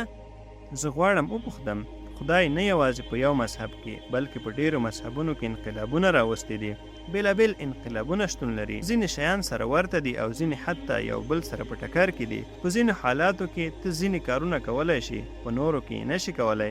داسې نه ده چې د هر چا اخلاقي اصول د یو شان وي. نو دلته مطلب څه و؟ اوس وګورئ، کله کله زه داسې احساس کوم لکه د فوټبال فاینل په څیر چې په میلیونونه خلک یې ګوري، بیا د تلویزیون خپرونې په سلګونه میلیونونو خلکو ته رسیږي. که په هغه کې د خدای خپله ځمکه، که ما غږ درلود ما به ویل زه خدای یم، بیا به هر چا سمدستي اوریدل او حتی په تلویزیون کې به هم اوریدلی وای او کیسه به ختمه وه. دا ټول پټ پټونه د څه لپاره دی؟ لږ تر لږه موږ ته کوم کلک ثبوت راکړئ. بیا تاسو وایئ صاحب کائنات څنګه رامنځته شول؟ دا به څه حل کړي؟ زه به له تا وپوښتم خدای څنګه جوړ شو؟ زه به یې ولې نه پوښتم هغه څنګه رامنځته شو؟ په حقیقت کې هغه تر ټولو کائناتو خورا ډېر هوښیار دی، ډېر زیات. که ته یې ووایې زه به یې ومنم. همداراز دویم شی قادر مطلق، یعنی هغه په هر څه قادر دی. هر څه چې وغواړي کولی شي. هغه تا ته دنده درکولی شي، یا یو ښه ځای هغه ستا واده درکولی شي، هغه ستا د ګاونډي قضیه ورګټلی شي، هغه تا ګټونکی کولی شي. هغه دا هر څه کوي. یوازې یو کوچنی مایک او هغه دا ټول نړۍ چلوي. دا نړۍ اصلا څنګه روانه ده؟ آیا دا تا ته عجبه نه ښکاري؟ او که به انصاف یوازې له قیامته وروسته کیږي، کله چې هغه ماشوم لا د مخه مړ شوی وي چې د بم لخوا ټوټې ټوټې شوی و، شاید هغه وخت به انصاف وشي. دا به بیا یو څه وي. اوس آیا زه ځواب درکړم؟ هو، ځکه خو تا ته راغلی یم. لومړی دا چې تا د انقلاب او سپېڅلو کتابونو یادونه وکړه. زه په دې اړه خبرې کولی شم، مګر نن نه، ځکه چې وخت کم دی. موږ به بل وخت په دې اړه بحث وکړو. زه ورته چمتو یم. نو حتی مخکې له دې چې خبرې پیل کړو، دویم پړاو لا د مخه چمتو کیږي. دا دویم پړاو دی. ځکه نن موږ د خدای د شتون په اړه بحث کوو. نو زه به ستاسو هغو پوښتنو ته ځواب ووایم چې له دې سره تړاو لري، او زه به هم ځینې پوښتنې وکړم. تا وویل چې تا دا ثابته نه کړه. حال دا چې د امکان یعنی کانټینجنسي دلیل یو بنسټیز دلیل دی. ما ته ووایه د امکان یعنی کانټینجنسي معنا څه ده؟ ستاسو مقصد ترې څه دی؟ امکان په دې معنا دی چې هر شتون په بل شي پورې اړه لري. هر موجود یا شی چې شتون لري په بل شي پورې تړلی او محتاج دی. دا د شتون لپاره هغه بل شي ته اړتیا لري. دا په هغه پورې اړه لري. نو رښتیا ده چې تر شا یې باید کوم لامل شتون ولري. دا یوازې عام عقل دی. ته د استدلال خبره کوي او دا دقیقاً هغه څه دي چې زه یې کوم. بله خبره چې تا وکړه دا وه چې له هغه ځایه چې دا میلیارډونه نوري کاله لرې دي زما ورسره څه کار دی. زما په ان ته باید داسې ونه وایې. زه فکر کوم نو ځکه زه ملحد یم. تاسو باید له یو محدود لید څخه هاخوا فکر وکړئ، بهر راوځئ او په پراخه کچه فکر وکړئ. دا درېیمه پوښتنه وکړه. په حقیقت کې د 2 یا 3 پوښتنې په یو ځای وکړئ. داسې مه کوه. ځینې خلک شاید اعتراض وکړي او ووایي چې ته یوازې هر څه چې زړه دې وغواړي فکر کوې، مګر دا اجازه لري. ته یې نه لرې مګر زه یې لرم. مننه. نو تا د شر یا بدۍ یعنی پرابلم آف ایول په اړه پوښتنه وکړه او ته په دوامداره توګه یو کلمه تکراروي چې خدای قادر مطلق دی یا په هر څه برلاسی خدای. دلته د پوهېدو اصلي خبره دا ده د خدای تصور څه دی. د شر مسله په حقیقت کې په 2 فرضیو ولاړه ده. که تاسو په دې 2 فرضیو پوه شئ نو بیا به دا ستونزه پاتې نشي. ته به وګورې چې دا استدلال له منځه ځي. لومړی خبره، ستا ډېره لومړی ناسمه فرضیه دا ده چې خدای مهربان او قادر مطلق دی. نړۍ به انصافه روانه ده، مګر تاسو باید پوه شئ چې زموږ د نړیوال لید له مخې خدای یوازې قادر مطلق او مهربان نه دی بلکې هغه حکیم یعنی با حکمته او په هر څه پوه یعنی علیم هم دی. د هغه هر کار تر شا یو لوی حکمت شتون لري. دا اړینه نه ده چې دا حکمت تاته یا ماته معقول ښکاره شي. که تاسو یوازې د خپلې پوهې پر بنسټ پرېکړې کوئ نو دا یو محدود لید دی او دا یو اصل دی چې موږ یې په خپل ورځني ژوند کله چې موږ ډاکټر ته ځو او هغوی موږ ته څه درمل راکوي موږ نه وایو زه دا درمل نه منم تر هغه چې ته ثابته نه کړې چې ته پوره علم او حکمت لري. نه، موږ د هغوی واک او خبره منو. ولې؟ ځکه موږ پوهیږو چې هغوی پوهه لري، هغوی حکمت لري، هغوی تر موږ ډیر پوهیږي. ما ته ووایه صاحب، نه د ډاکټر او خدای ترمنځ لوی توپیر شتون لري. ډاکټر تعلیم یافته وي. لومړی زه به واورم چې هغوی څه وایي. دویم دا چې دا داسې څه نه دي چې پرې بحث وشي. صاحب مهرباني وکړئ که تاسو له ټولو حاضرینو سره خبرې پیل کړئ نو دا بیا واقعا بحث نه پاتې کیږي. ته په اصل کې دا وایې چې له هغه ځایه چې ته پر ډاکټرانو باور لري نو پر خدای هم باور لري. که تاسو د خپلې خبرې ثابتولو لپاره د دې مثال له کارولو سره کومه ستونزه نه لرئ نو ساده خبره دا ده که زه باور لرم چې یو ډیر طاقتور ذات تر ټولو غوره دی نو بیا د دې ماشومانو مړینه دا تر ټولو غوره خبره ده. زه دا نه منم. زما مطلب دا نه دی. اصل خبره دا ده چې تا تر اوسه زما خبره په سمه توګه نه ده اورېدلې. ما وویل چې ستا ټول استدلال په 2 غلطو انګېرنو ولاړ دی. ما یوې غلطې انګېرنې ته اشاره وکړه. دا واوره، بله غلطه انګېرنه دا ده چې په دې نړۍ کې د شر د شتون لپاره کومه ښه وجه نشته خو موږ ډېر دلیلونه او ډېر شواهد لرو. که په دې نړۍ کې شر نه وای نو تا به خیر یعنی نیکي څنګه تعریفول؟ که ظلم نه وای نو ته به په انصاف څنګه پوهېدې؟ که تیاره نه وای نو تا به رڼا څنګه پېژندله؟ ډېر ښه. لا نور ډېر څه اورېدل پاتې دي. ما ته دا خبره ډیره خوښه شوه صاحب چې تر څو جنسي تیری نه وي شوی خلک د ښځو عزت ته دومره پام نه کوي. ته حتی زما پوره ځواب هم وانه ورېد. تر هغه چې ماشومان ووژل شي نو بیا ته حتی د ماشومانو د معصومیت احترام کوي. تا پوره ځواب وانه ورېد. څه خبره ده؟ کومه نیمګړتیا دې پکې وموندله؟ تا بشپړ ځواب وانه ورېد. صرف واوره، زما خبره اوره. ما ته یوه خبره وکړه. دویمه خبره دا ده چې موږ په دې نړۍ کې د امتحان لپاره یو. زموږ امتحان اخیستل کیږي او د هر چا امتحان بدل دی. او که په دې نړۍ کې شر شتون لري نو دا په اصل کې زموږ لپاره یوه لاره ده چې انساني عالي صفتونه پیدا کړو او په بېلابېلو برخو کې پرمختګ وکړو. که په موږ کې یا په دې نړۍ کې شر نه وای نو بیا ما ته ووایه چې د امتحان مقصد به څه و؟ که زه خپل شاګرد ته صرف د صحیح ځوابونو انتخابي امتحان ورکړم، صرف سم ځوابونه نښه کړم او ورته ووایم ستا امتحان وشو، دا خو بې معنا خبره ده. که موږ دلته په دې نړۍ کې د امتحان لپاره یو نو ښکاره ده چې خیر او شر دواړه شتون لري. نو که خیر او شر دواړه شتون لري بیا خو شر هم خدای پیدا کړی دی. هو دا خدای پیدا کړی دی خو سمه ده دا یو ښه کار دی. بېشکه اوس مهال په نړۍ کې اکثریت بد یعنی شریر دي نو په رښتیا سره داسې ښکاري چې خدای په اصل کې د شر په خوا ولاړ دی.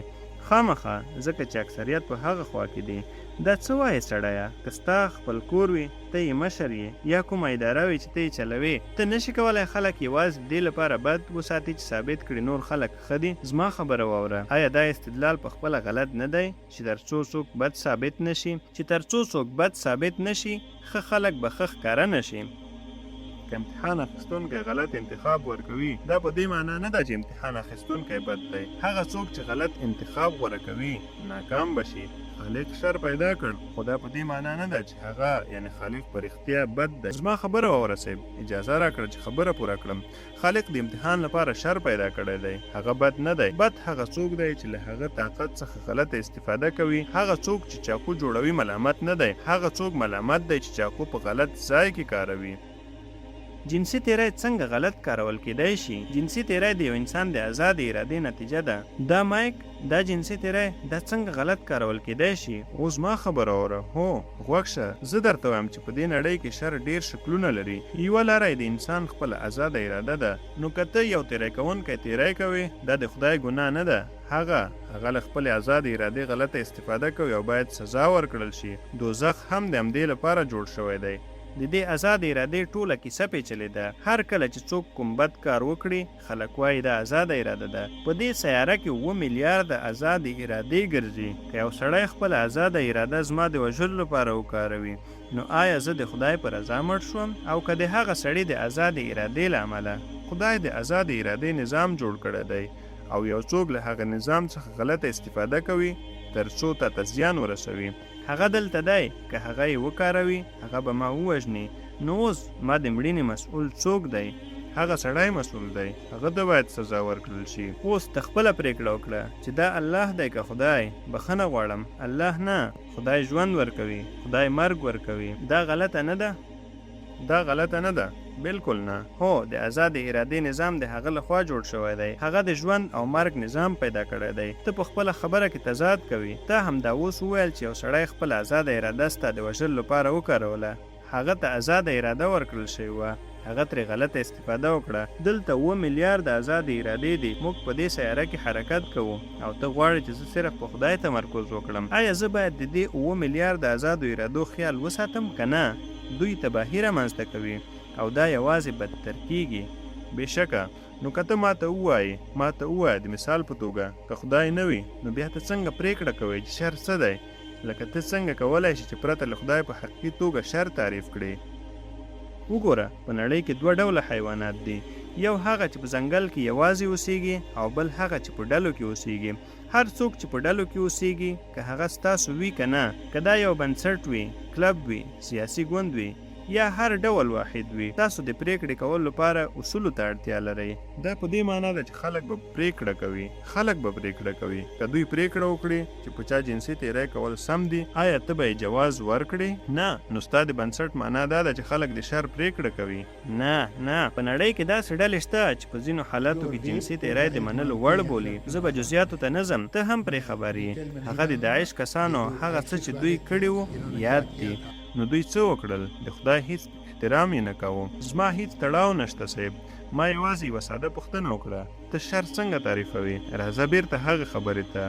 تاسو یوازې هغه وخت یو ځای پاتې کېدای شئ کله چې ځینې اصول جوړ کړئ چیرې چې هر څوک بنسټیز احترام ولري، هر څوک بنسټیز حقونه ولري او هر څوک د آرامۍ احساس وکړي. له یو څخه د زیاتو کسانو هر ډول اداره همداسې کار کوي. ژوند همداسې روان دی. که ته دا ګډوډ کړې نو ګډوډي، زیان او تباهي به رامنځته شي. او که ته دا یو کور ته یوسې لکه خاوند، ښځه، ماشومان، مور، 2 خویندې، یو ورور، نو اوس دلته یو نظام شته. تاسو اړتیاوې لرئ چې یو ځای پاتې شئ او یو پر بل باور وکړئ، د یو بل ملاتړي اوسئ او د یو بل سره مرسته وکړئ. دا هغه ډول ژوند دی چې ته یې په اړه خبرې کوې. ته وایې چې خلک به پرېکړه کوي چې څه سم دی او څه غلط. هو بالکل همدا ده. اکثریت پرېکړه کوي چې څه سم دي او څه غلط. خو که هغه وخت اکثریت داسې فکر کوو چې ډله ییز وژنه سمه ده لکه د نازیانو او جرمني په قضیه کې، نو آیا تا به هغه ته جواز ورکړی وای؟ ستا پوښتنه باید همدلته پای ته رسېدلې وای. هغه وخت د سیارې څومره خلکو په حقیقت کې فکر کوو چې هندویزم سم دی.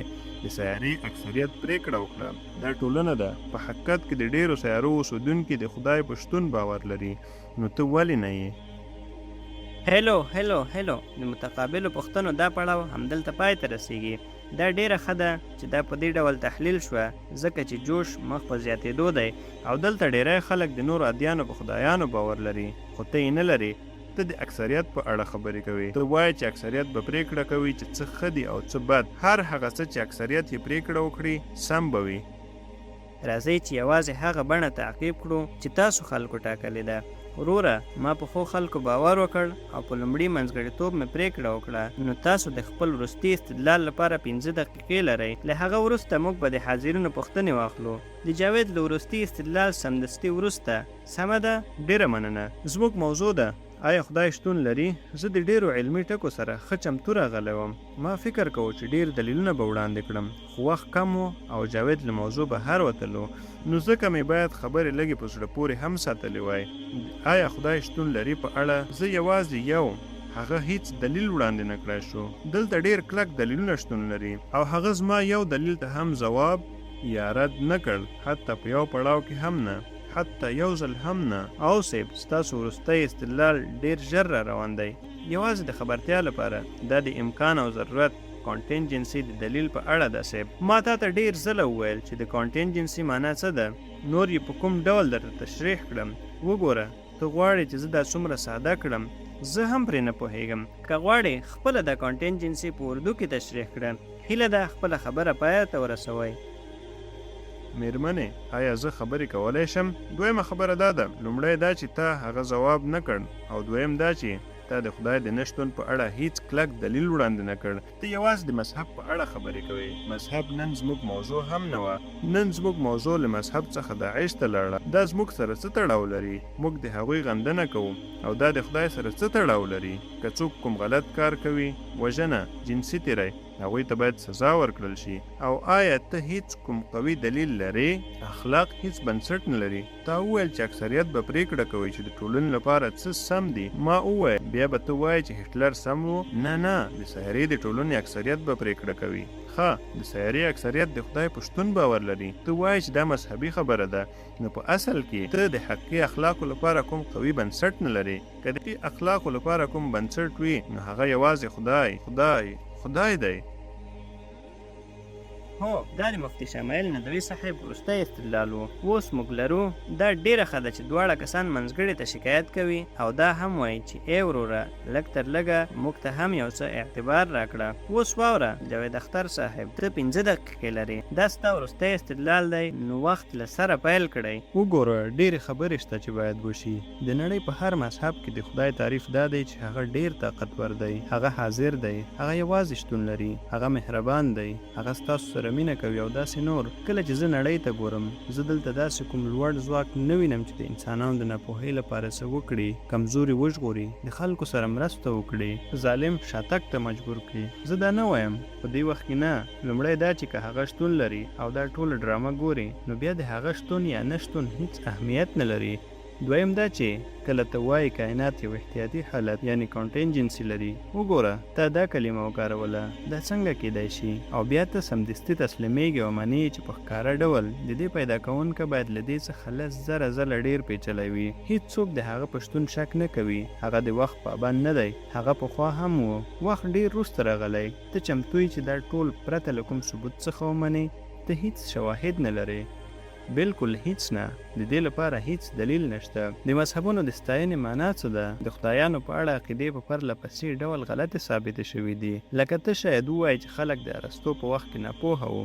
هغوی په خدایانو دومره قوي باور درلود څومره چې اوس خلک یې نه لري، او په راتلونکي کې به هم باور ونه لري. ته دا لیکلی شي او د دې نښې لا د مخه په نړۍ کې څرګندېږي. آیا دا بحث 100 کاله وړاندې کیدای شو؟ موږ تر دې ځایه رسېدلی یو. نو صیب دوی مرستې ته اړتیا نه لري؟ سړیه دوی په ځان بسیا دي، ته ولې ورسره مرسته کوې؟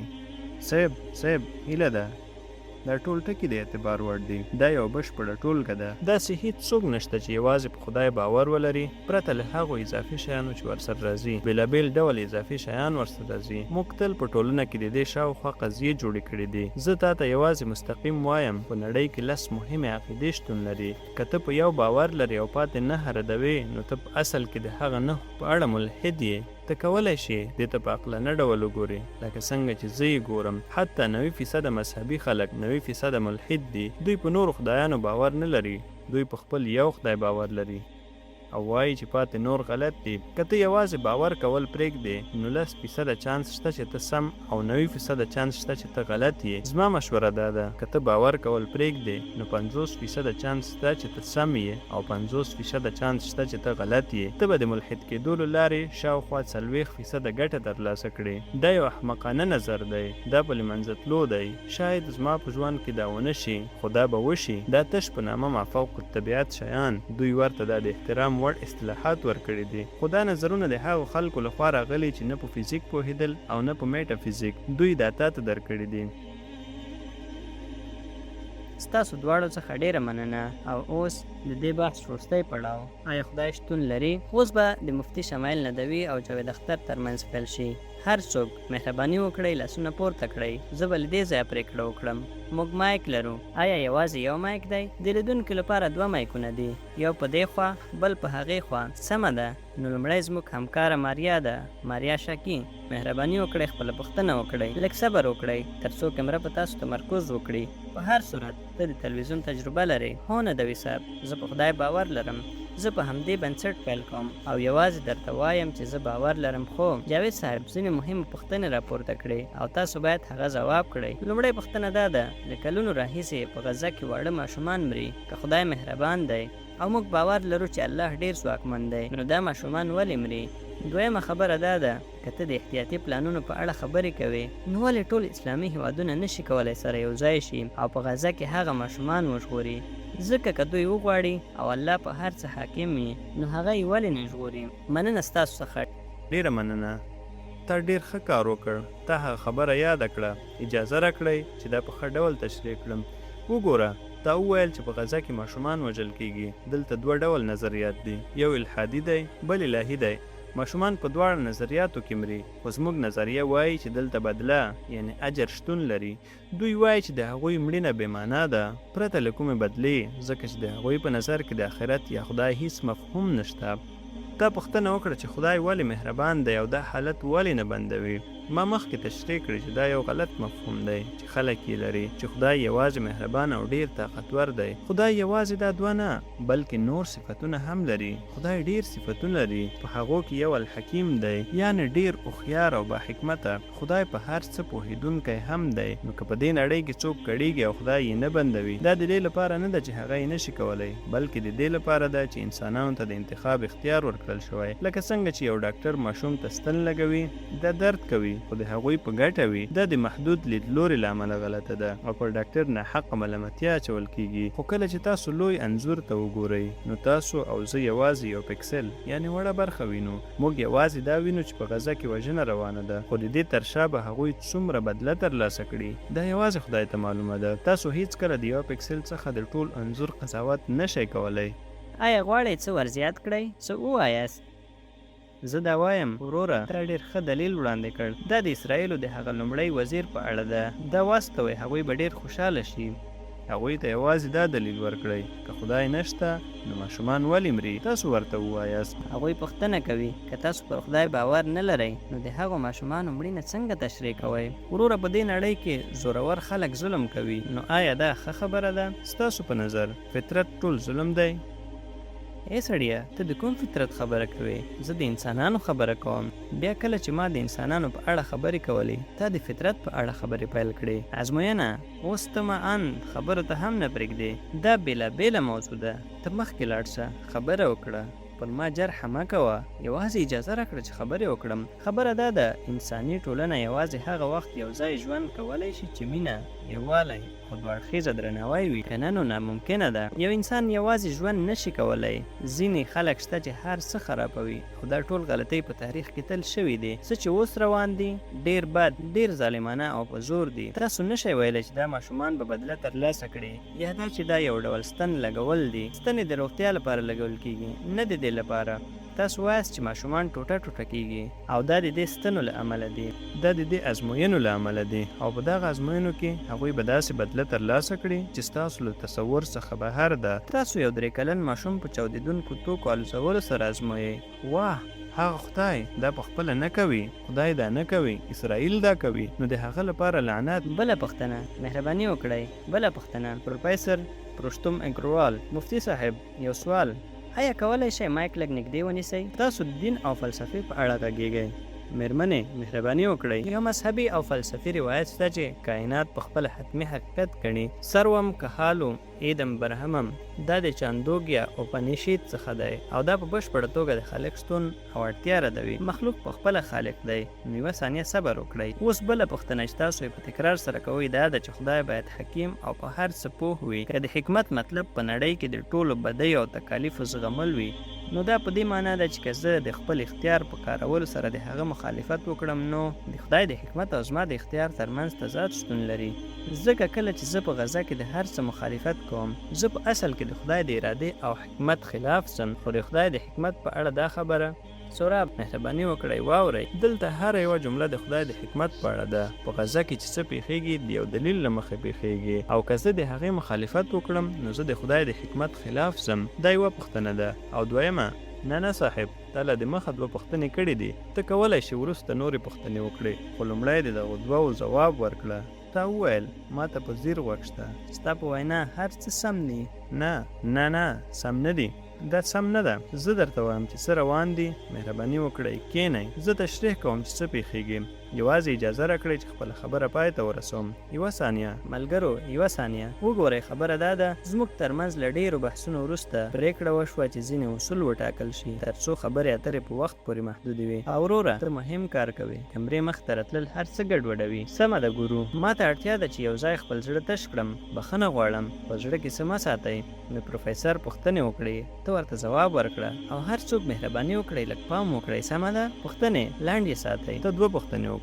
لومړی تا وویل چې موږ داسې مفهوم لرو چې کائنات په خپله یو اړین وجود دی. دا چې مخلوق په خپله خالق دی دا څومره غیر منطقي ده.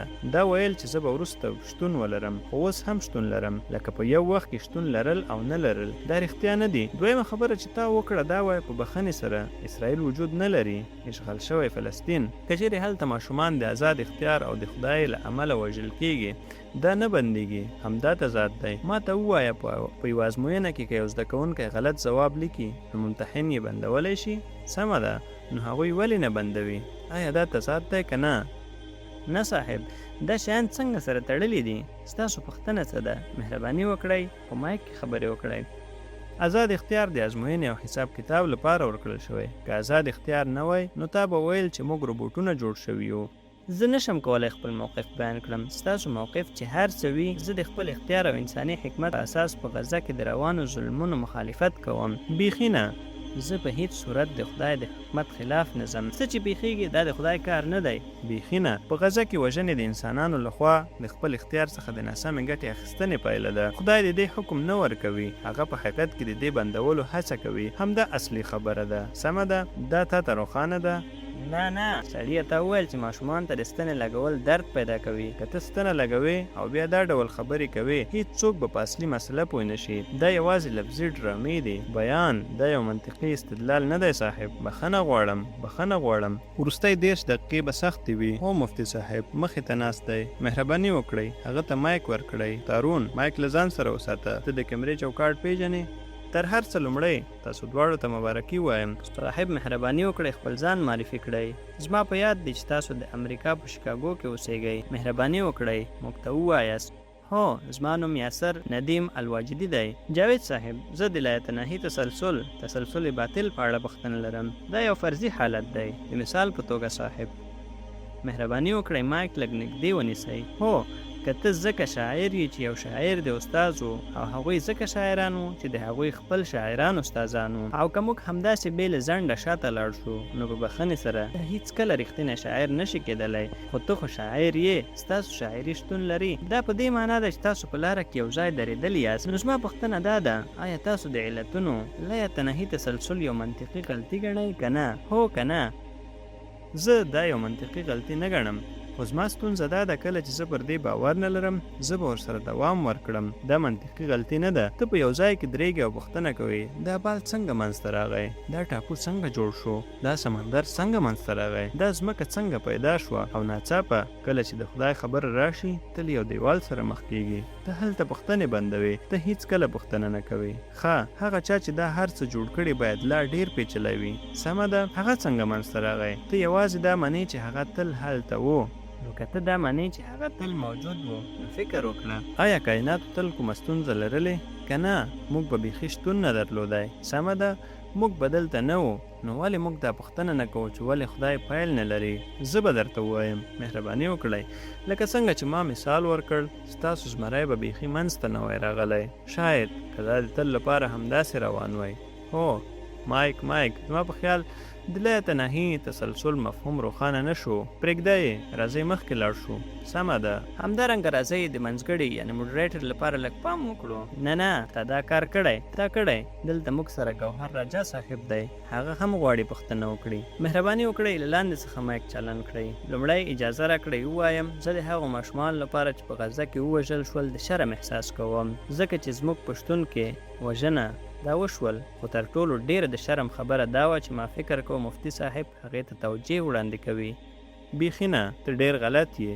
ما فکر کوم چې شاید زه غلط یم زه پوښتنې کوم یوازې یوه پوښتنه زه له جاوید ورور څخه بخښنه غواړم وګورئ که یوازې یوه ثانیه صاحب صبر وکړئ مهرباني وکړئ لومړی اجازه راکړئ چې خپله خبره پای ته ورسوم که لیدونکي پرېکړه وکړي نو منځګړی هیڅ اهمیت نه لري هغه څه چې زه غواړم تاسو ټولو ته ووایم دا دی چې دا بحث د دوو کسانو ترمنځ دی له یوې خوا مفتي صاحب او له بلې خوا جاوید صاحب هغوی له تېرو 1.5 ساعت راهیسې په دې بوخت دي هر څوک خپل استدلالونه وړاندې کوي تاسو ممکن ورسره موافق اوسئ یا نه زما استاد ماته ویلي چې کله خلک یو بل سره مخ کېږي نو باید تل د اختلاف لپاره ځای وي ګوهر صاحب که څه هم زه ستا ډېر درناوی کوم او تا په زړه پورې ساینسي کتابونه لیکلې زه بیا هم له هر چا غوښتنه کوم چې که تاسو غواړئ د هغه څه په اړه تبصره وکړئ چې د خلکو ویلي نو هیڅ ډول د وخت نظم یا ترتیب به پاتې نه شي یوازې خپلې پوښتنې وکړئ او هر څه چې په هغه پوښتنه کې راځي پرېږدئ چې راشي زه له جاوید صاحب سره مخالف یم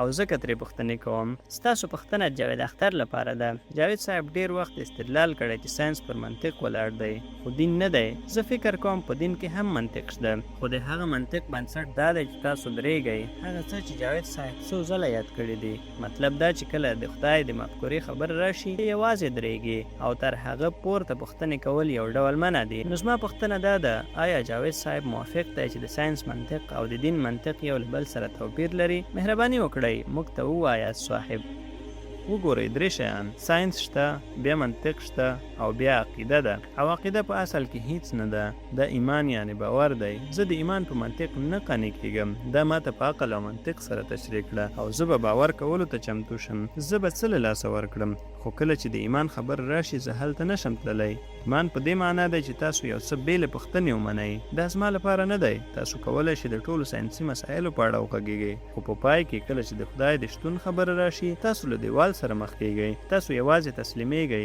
زه تسلیمېدو ته چمتو نه یم بس همدومره اوس نور کسان مخې ته ناست دي هغوی سره مایک دی پیل کړئ وروره تا غوښتل څه پوښتنه وکړې سمه ده ستاسو نوم عاصم افطار دی پیل کړئ صاحب زه له جاوید صاحب څخه یوه پوښتنه لرم ستاسو په وروستي بیان کې تا یادونه وکړه چې د دین راتلونکی به ډېر دوام ونه کړي خو ما د اکسفورډ پوهنتون یوه څېړنه لیدلې چې په 2011 کال کې د 50 اکاډمیکو کسانو لخوا شوي او هغوی وایي چې په خدای باور د انسان په فطرت کې اغېږل شوي دا زموږ د هغه څه برخه ده چې موږ ورته فطرت وایو او دا چې هغوی وایي که څوک فکر کوي چې دین پای ته رسولی شي دا یو غلط فهم دی نو تاسو د دغه څېړنو په اړه څه وایاست زه ورسره موافق نه یم دا پروفیسران څوک دي هغوی باید یو څه معلومات یعنې ډیټا ولري سمه ده خو دا به کوم ډول معلومات وي دا خو د راتلونکي معلومات نشي کېدلی نو شاید د اوسني وخت معلومات وي آیا تا له 100 کاله وړاندې یا وروسته د کوم معلوماتو په اړه اورېدلي ما نه دي اورېدلي نو دا د هغوی نظر دی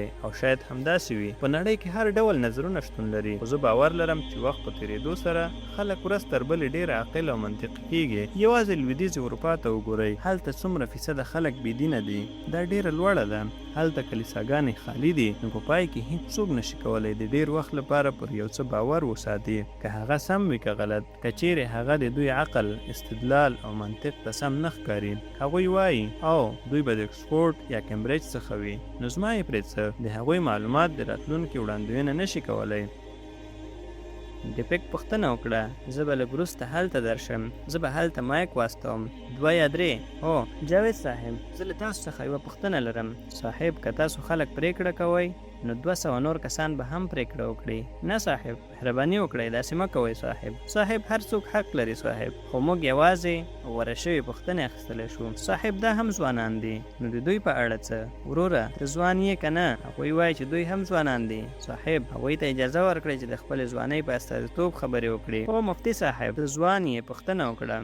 صاحب زما پوښتنه دا ده. بس پوښتنه وکړه. زه له تا څخه یوازې یوه پوښتنه لرم، لکه د باخدایه خلکو غوندې. هغه څوک چې پر خدای باور لري هغوی خپل په هرو 5 ورځو کې ټولنیزې ناستې کېږي. کرسمس را روان دی، بیا هولي، دیوالي، اختر. ملحدین څه وړاندیز کوي؟ زما مطلب دا دی چې زه غواړم د هغوی هټۍ پرېږدم، خو زه یوازې نشم کولی هغه لوري ته جذب شم. نو دا ټولنیز ناستې په دقیق ډول څه دي؟ هغوی وایي چې د بېلابېلو مذهبونو دیني خلک ډېر اخترونه او جشنونه لري. اوس اجازه راکړئ تاسو ته یو څه ووایم. دلته تاریخ پوهان هم شته. مردولاجي ته راته ووایه دا رښتیا ده که نه؟ یو قسطنطین و چې په یوناني رومي ژبه یې خبرې کولې، او دا د عیسویت له پیل څخه شاوخوا 400 کاله وروسته و. هغه پرېکړه وکړه چې عیسوي شي. د هغه ټول دولت به هم مذهب بدل کړي. هغه وخت همداسې و، کله چې پاچا یو مذهب غوره کوه نو خلکو یې هم پیروي کوله. دلیل یې دا و چې مفلس شوی او د مدیترانې په غاړه کې له بډایه عیسوي سوداګرو څخه یې پیسو ته اړتیا لرله. نو هغه وویل بس عیسوي شئ. بیا یې خپل وزیر ته وویل وګوره دا پلان دی، موږ به اوس عیسویت ته وړو. وزیر وویل صاحب هیڅ ستونزه نشته، موږ به دا کار وکړو، خو یوه ستونزه وه. د ډسمبر له 18 څخه تر 25 پورې د یول فیسټیوال په نوم د مشرکانو یو لوی جشن وي. دا جشن به بند شي ځکه چې موږ عیسویان شوي یو، نو نور به نه کیږي. دا به ماشومان او خلک ډیر خفه کړي. هغوی له دې څخه ډیر خوند اخلي، په ځانګړې توګه په 25 نیټه چې اصلي ورځ ده. هغه وویل هو ته رښتیا وایي، عیسی مسیح په اصل کې کله زیږېدلی و؟ یو چا وویل دا په اپریل کې نه و. نو هغوی هغه کټ کړ او د ډسمبر 25 یې وټاکله.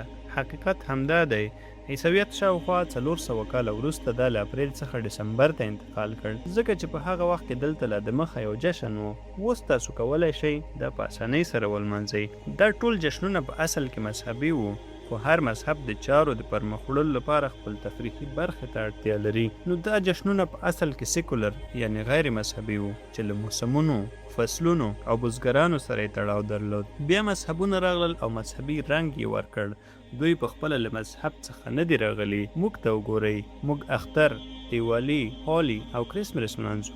د ممبئی په فلمي صنعت کې تر ټولو لویه هولي زموږ په ځای کې کیږي. تر ټولو لوی اختر هم دا زموږ ټولنیز میراث دی. داسې نه ده چې موږ به له بدو سره ښه هم له منځه یوسو. دا یو ښه کار دی. دا واخلئ، دا وساتئ، که نه نو دا بې ګټې ده.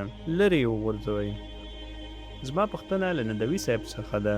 لکه څنګه چې تاسو وویل خدای له وخت څخه پورته دی، او خدای داسې یو پیچلی حقیقت دی چې انسان ذهن یې نشي درک کولی. او خدای په ځمکه کې د انتخاب، اختیار، اراده هم ورکړې ده. نو بیا ولې د خدای په اړه په خبرو خپل وخت ضایع کوئ؟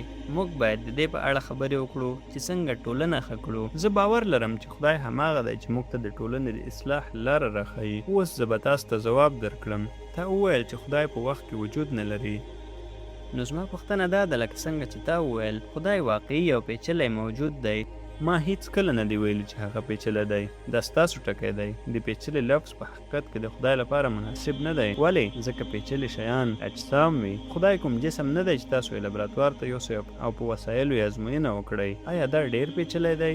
نه، خدای د موټر د انجن په څیر نه دی. د فلسفي پلوه خدای یو واجب الوجوب او یو بسیط یعنی ساده موجود دی. بل شکه تاسو نشئ کولی د هغه په ټولو حکمتونو او هر څه په بشپړه توګه پوه شئ.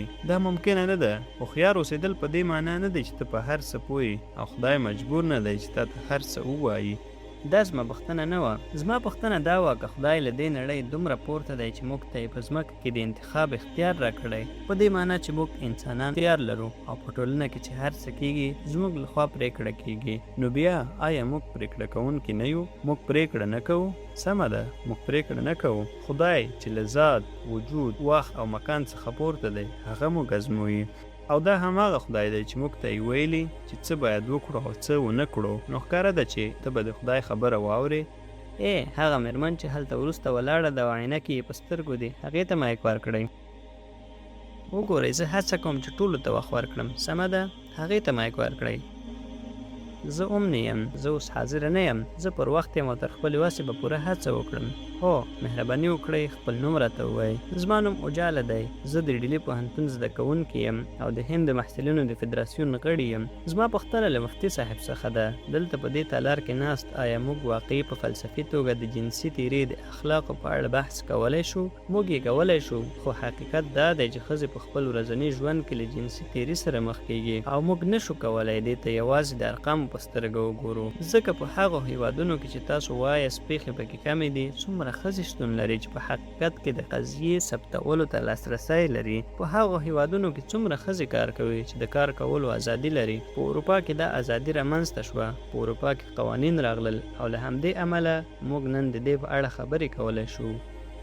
تا وویل چې موږ کولی شو په یوه خونه کې بند د دې په اړه فلسفي بحث وکړو، خو نو په اصل کې څه روان دي؟ هغه څه چې عملاً پیښیږي په بشپړه توګه غلط دي او همدا اوس پیښیږي. زه موافق یم، دا واقعاً خرابه ده او موږ باید دا بنده کړو. خو ولې یې بند کړو؟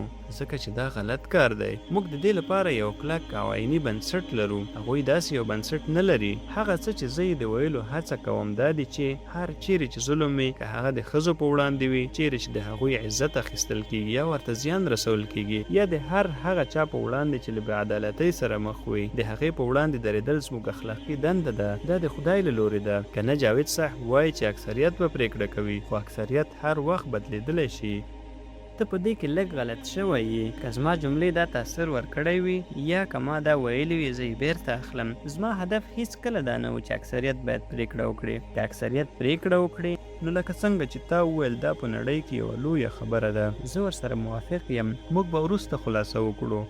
یوه ثانیه صبر وکړه، زه دلته یوازې تشریح کوم. عاقلانه خبره دا ده چې په ژوره کې موږ ټول پوهیږو چې څه سم دي او څه غلط دي. موږ ټول پوهیږو چې ان هغه خلک چې بد کارونه کوي هم په دې خپویږي چې ښه څه دي.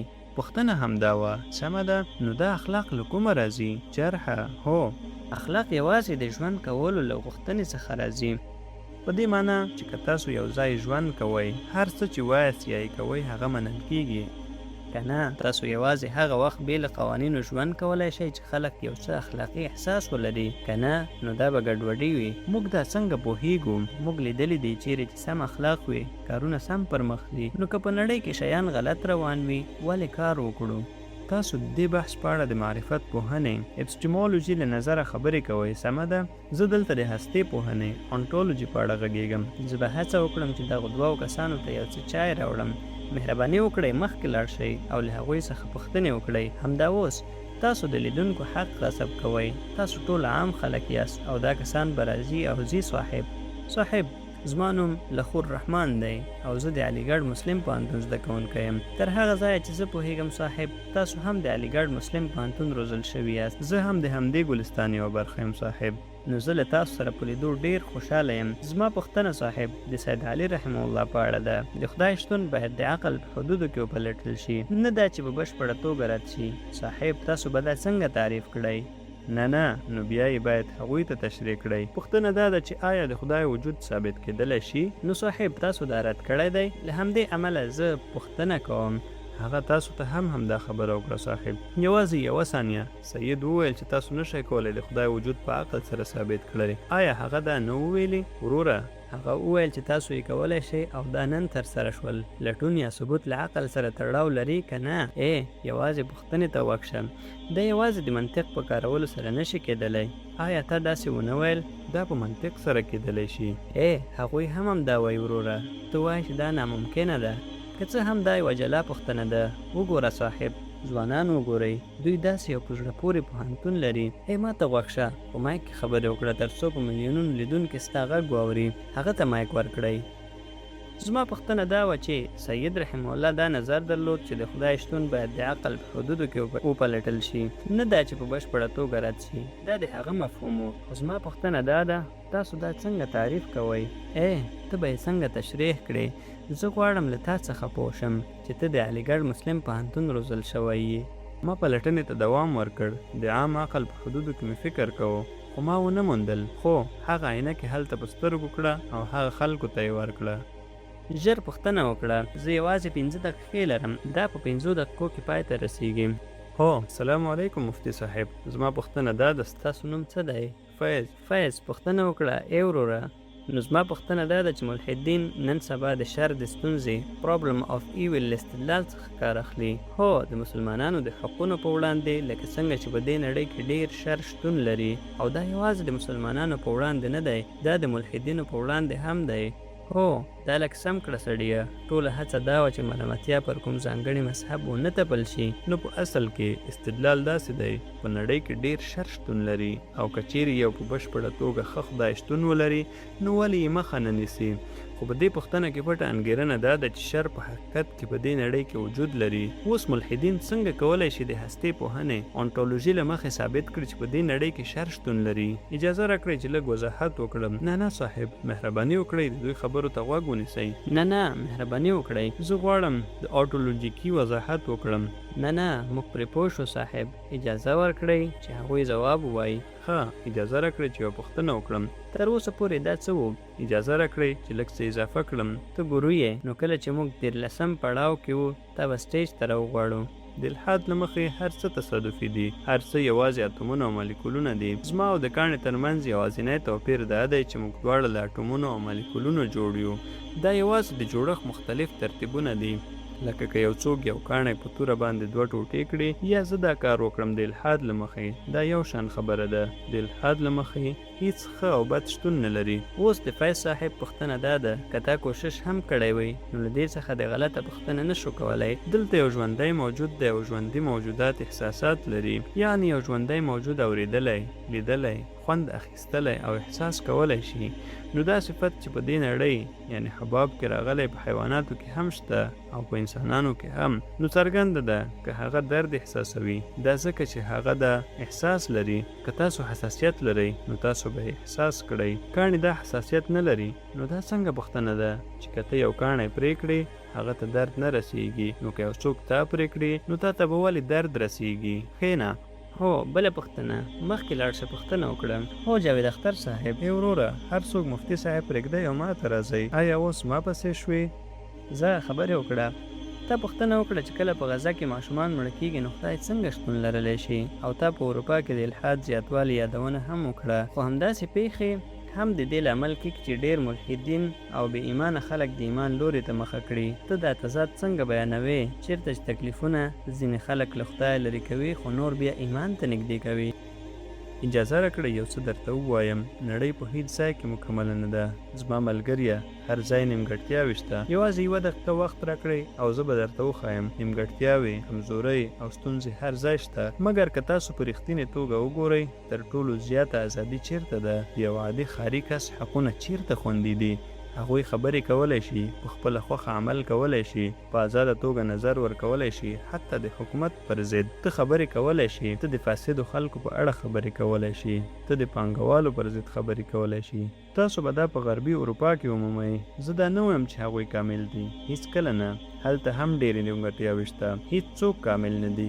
مګر د لاتیني امریکا هیوادونو ته وګورئ، خلیج ته وګورئ، هلته به تاسو شاید د جنسي تیرۍ پیښې ونه مومئ. یو څوک جنسي تیرۍ ته څه اړتیا لري؟ یوازې هغوی وپیرئ او په کور کې یې وساتئ. په سړک کې په چا باندې جنسي تیرۍ کولو څه ګټه ده؟ مګر غوږ ونیسئ. حقیقت دا دی چې هلته یو څوک د خپل نظر څرګندولو او خبرو کولو ازادي لري. نه، داسې نه ده. مېرمنې د مفتي صاحب لپاره یو وروستی پوښتنه. هو مېرمنې، مهرباني وکړئ هغوی ته مایک ورکړئ. مننه. زما نوم منیشا دی، زه د دهریه نه یم. زه غواړم له مفتي صاحب څخه یو څه وپوښتم. تاسو پرله پسې ډول د جاوید صاحب مخالفت کوئ او دا او هغه وایئ، مګر تاسو هم د انګېرنو یعنی فرضیو پر بنسټ خبرې کوئ. تاسو د خدای د شتون لپاره کوم ثبوت ورکړئ؟ اوس دا پوښتنه یو طرف ته پرېږدئ، څوک ملحد دی او څوک نه دی. او بل هغه څه چې تاسو په لنډه توګه یاد کړل دا چې انسانان له خپل اختیار څخه کار اخلي. یقینا، مګر د اختیار په اړه خبره دا ده چې خدای هر چاته اجازه ورکړي چې هغه څنګه وغواړي وکاروي، حتی د ډیرو ناوړه او بده کارونو لپاره. خلکو، تاسو غوږ ونیسئ. آیا تاسو په اختیار باور لرئ که نه؟ لرئ یې؟ نو اوس تاسو هیڅ وضاحت نه لرئ چې څنګه یو څوک کولی شي له خپل اختیار څخه د بدو کارونو لپاره کار واخلي او بیا هم په ښه ژوند تیر کړي. د دې لپاره هیڅ تاوان یعنی جزا نشته. زموږ په لید کې حتی هغه څوک چې غلط کار کوي بدله ترلاسه کوي، یعنی هغه باید خپله سزا وګټي او هر څوک چې سم کار کوي باید سمه بدله ترلاسه کړي. نو اختیار داسې کار کوي، خدای موږ ته یو محدود وخت راکړی دی. داسې نه ده چې موږ د تل لپاره د هر هغه څه کولو غیر محدود ازادي لرو چې موږ یې وغواړو. هغه وخت به راشي چې ازموینه به پای ته ورسیږي او بیا به پایلې اعلان شي. د ازموینې پر مهال به هیڅ څوک ته نه مجبوروي او نه به درته وایي چې څه وکړې. ای وروره، له مفتي صاحب څخه یوه پوښتنه. مېرمنې مفتي صاحب یوازې یوه ثانیه صبر وکړئ. مفتي صاحب زه یوازې یوه پوښتنه لرم. که هر څه چې پیښیږي په اختیار سره پیښیږي نو یوه ورځ به د قیامت په ورځ په میدان کې عدالت وشي. نو خلک ولې دعاګانې کوي او دعاګانو ته دوام ورکوي؟ کله چې دوی دعا کوي دا په دې معنی چې دوی لا هم باور لري زما دا اداره یعنی څانګه په واک کې لرم چې که زه د ورځني ژوند مرکو څخه بریالی کیدای شم، تاسو ما ته دنده پیدا کولی شئ. تاسو زما زوی ته شین کارت یعنی ګرین کارت اخیستلی شئ، مګر په زرګونو ماشومان مړه کیږي او تاسو یې مخه نه نیسئ. نه، نو آیا تاسو وایئ چې په دې نړۍ کې ظالم خلک هیڅ کله نه نیول کیږي؟ وګورئ، کله چې هغوی ونیول شي نو دا ماشومان دي چې کړه وګالي. دقیقاً لکه څنګه چې ما په خپل اولنۍ وینا کې وویل، جاوید صاحب دا یوازې یو احساساتي استدلال دی. همدا ده، احساساتي استدلال. آیا ما د دې تر شا لامل درته وویل؟ آیا ما د دې تر شا حکمت بیان کړ؟ هو، ما وکړ. زه له سټیج څخه تاسو ټولو ته غږ کوم چې لږ ډېر هوښیار اوسئ، خپل نظم پر ځای وساتئ. وخت ټاکل شوی او هغه وخت پای ته ورسېد. تاسو ټولو په ډېر صبر سره غوږ ونیو. زه واقعا ستاسو د هر یو منندوی یم. که دا دواړه پوهان وغواړي شاید موږ د دې بحث دویم یا دریم پړاو هم ولرو. دا د انسانانو فطرت دی. هغوی واقعا په بحثونو او مناظرو کې ښکیل کیږي. تاسو ټولو ډیر صبر وښود. دا واخلئ. ډیره زیاته مننه. له دې سره زه غواړم له خبرو اترو پای ته رسولو مخکې تاسو ټولو ته یو څه ووایم. موږ کافي بحث وکړ. اوس مفتي صاحب او لوی مفتي صاحب موږ به ټول یو ځای ډوډۍ وخورو. دا ښه ښکاري.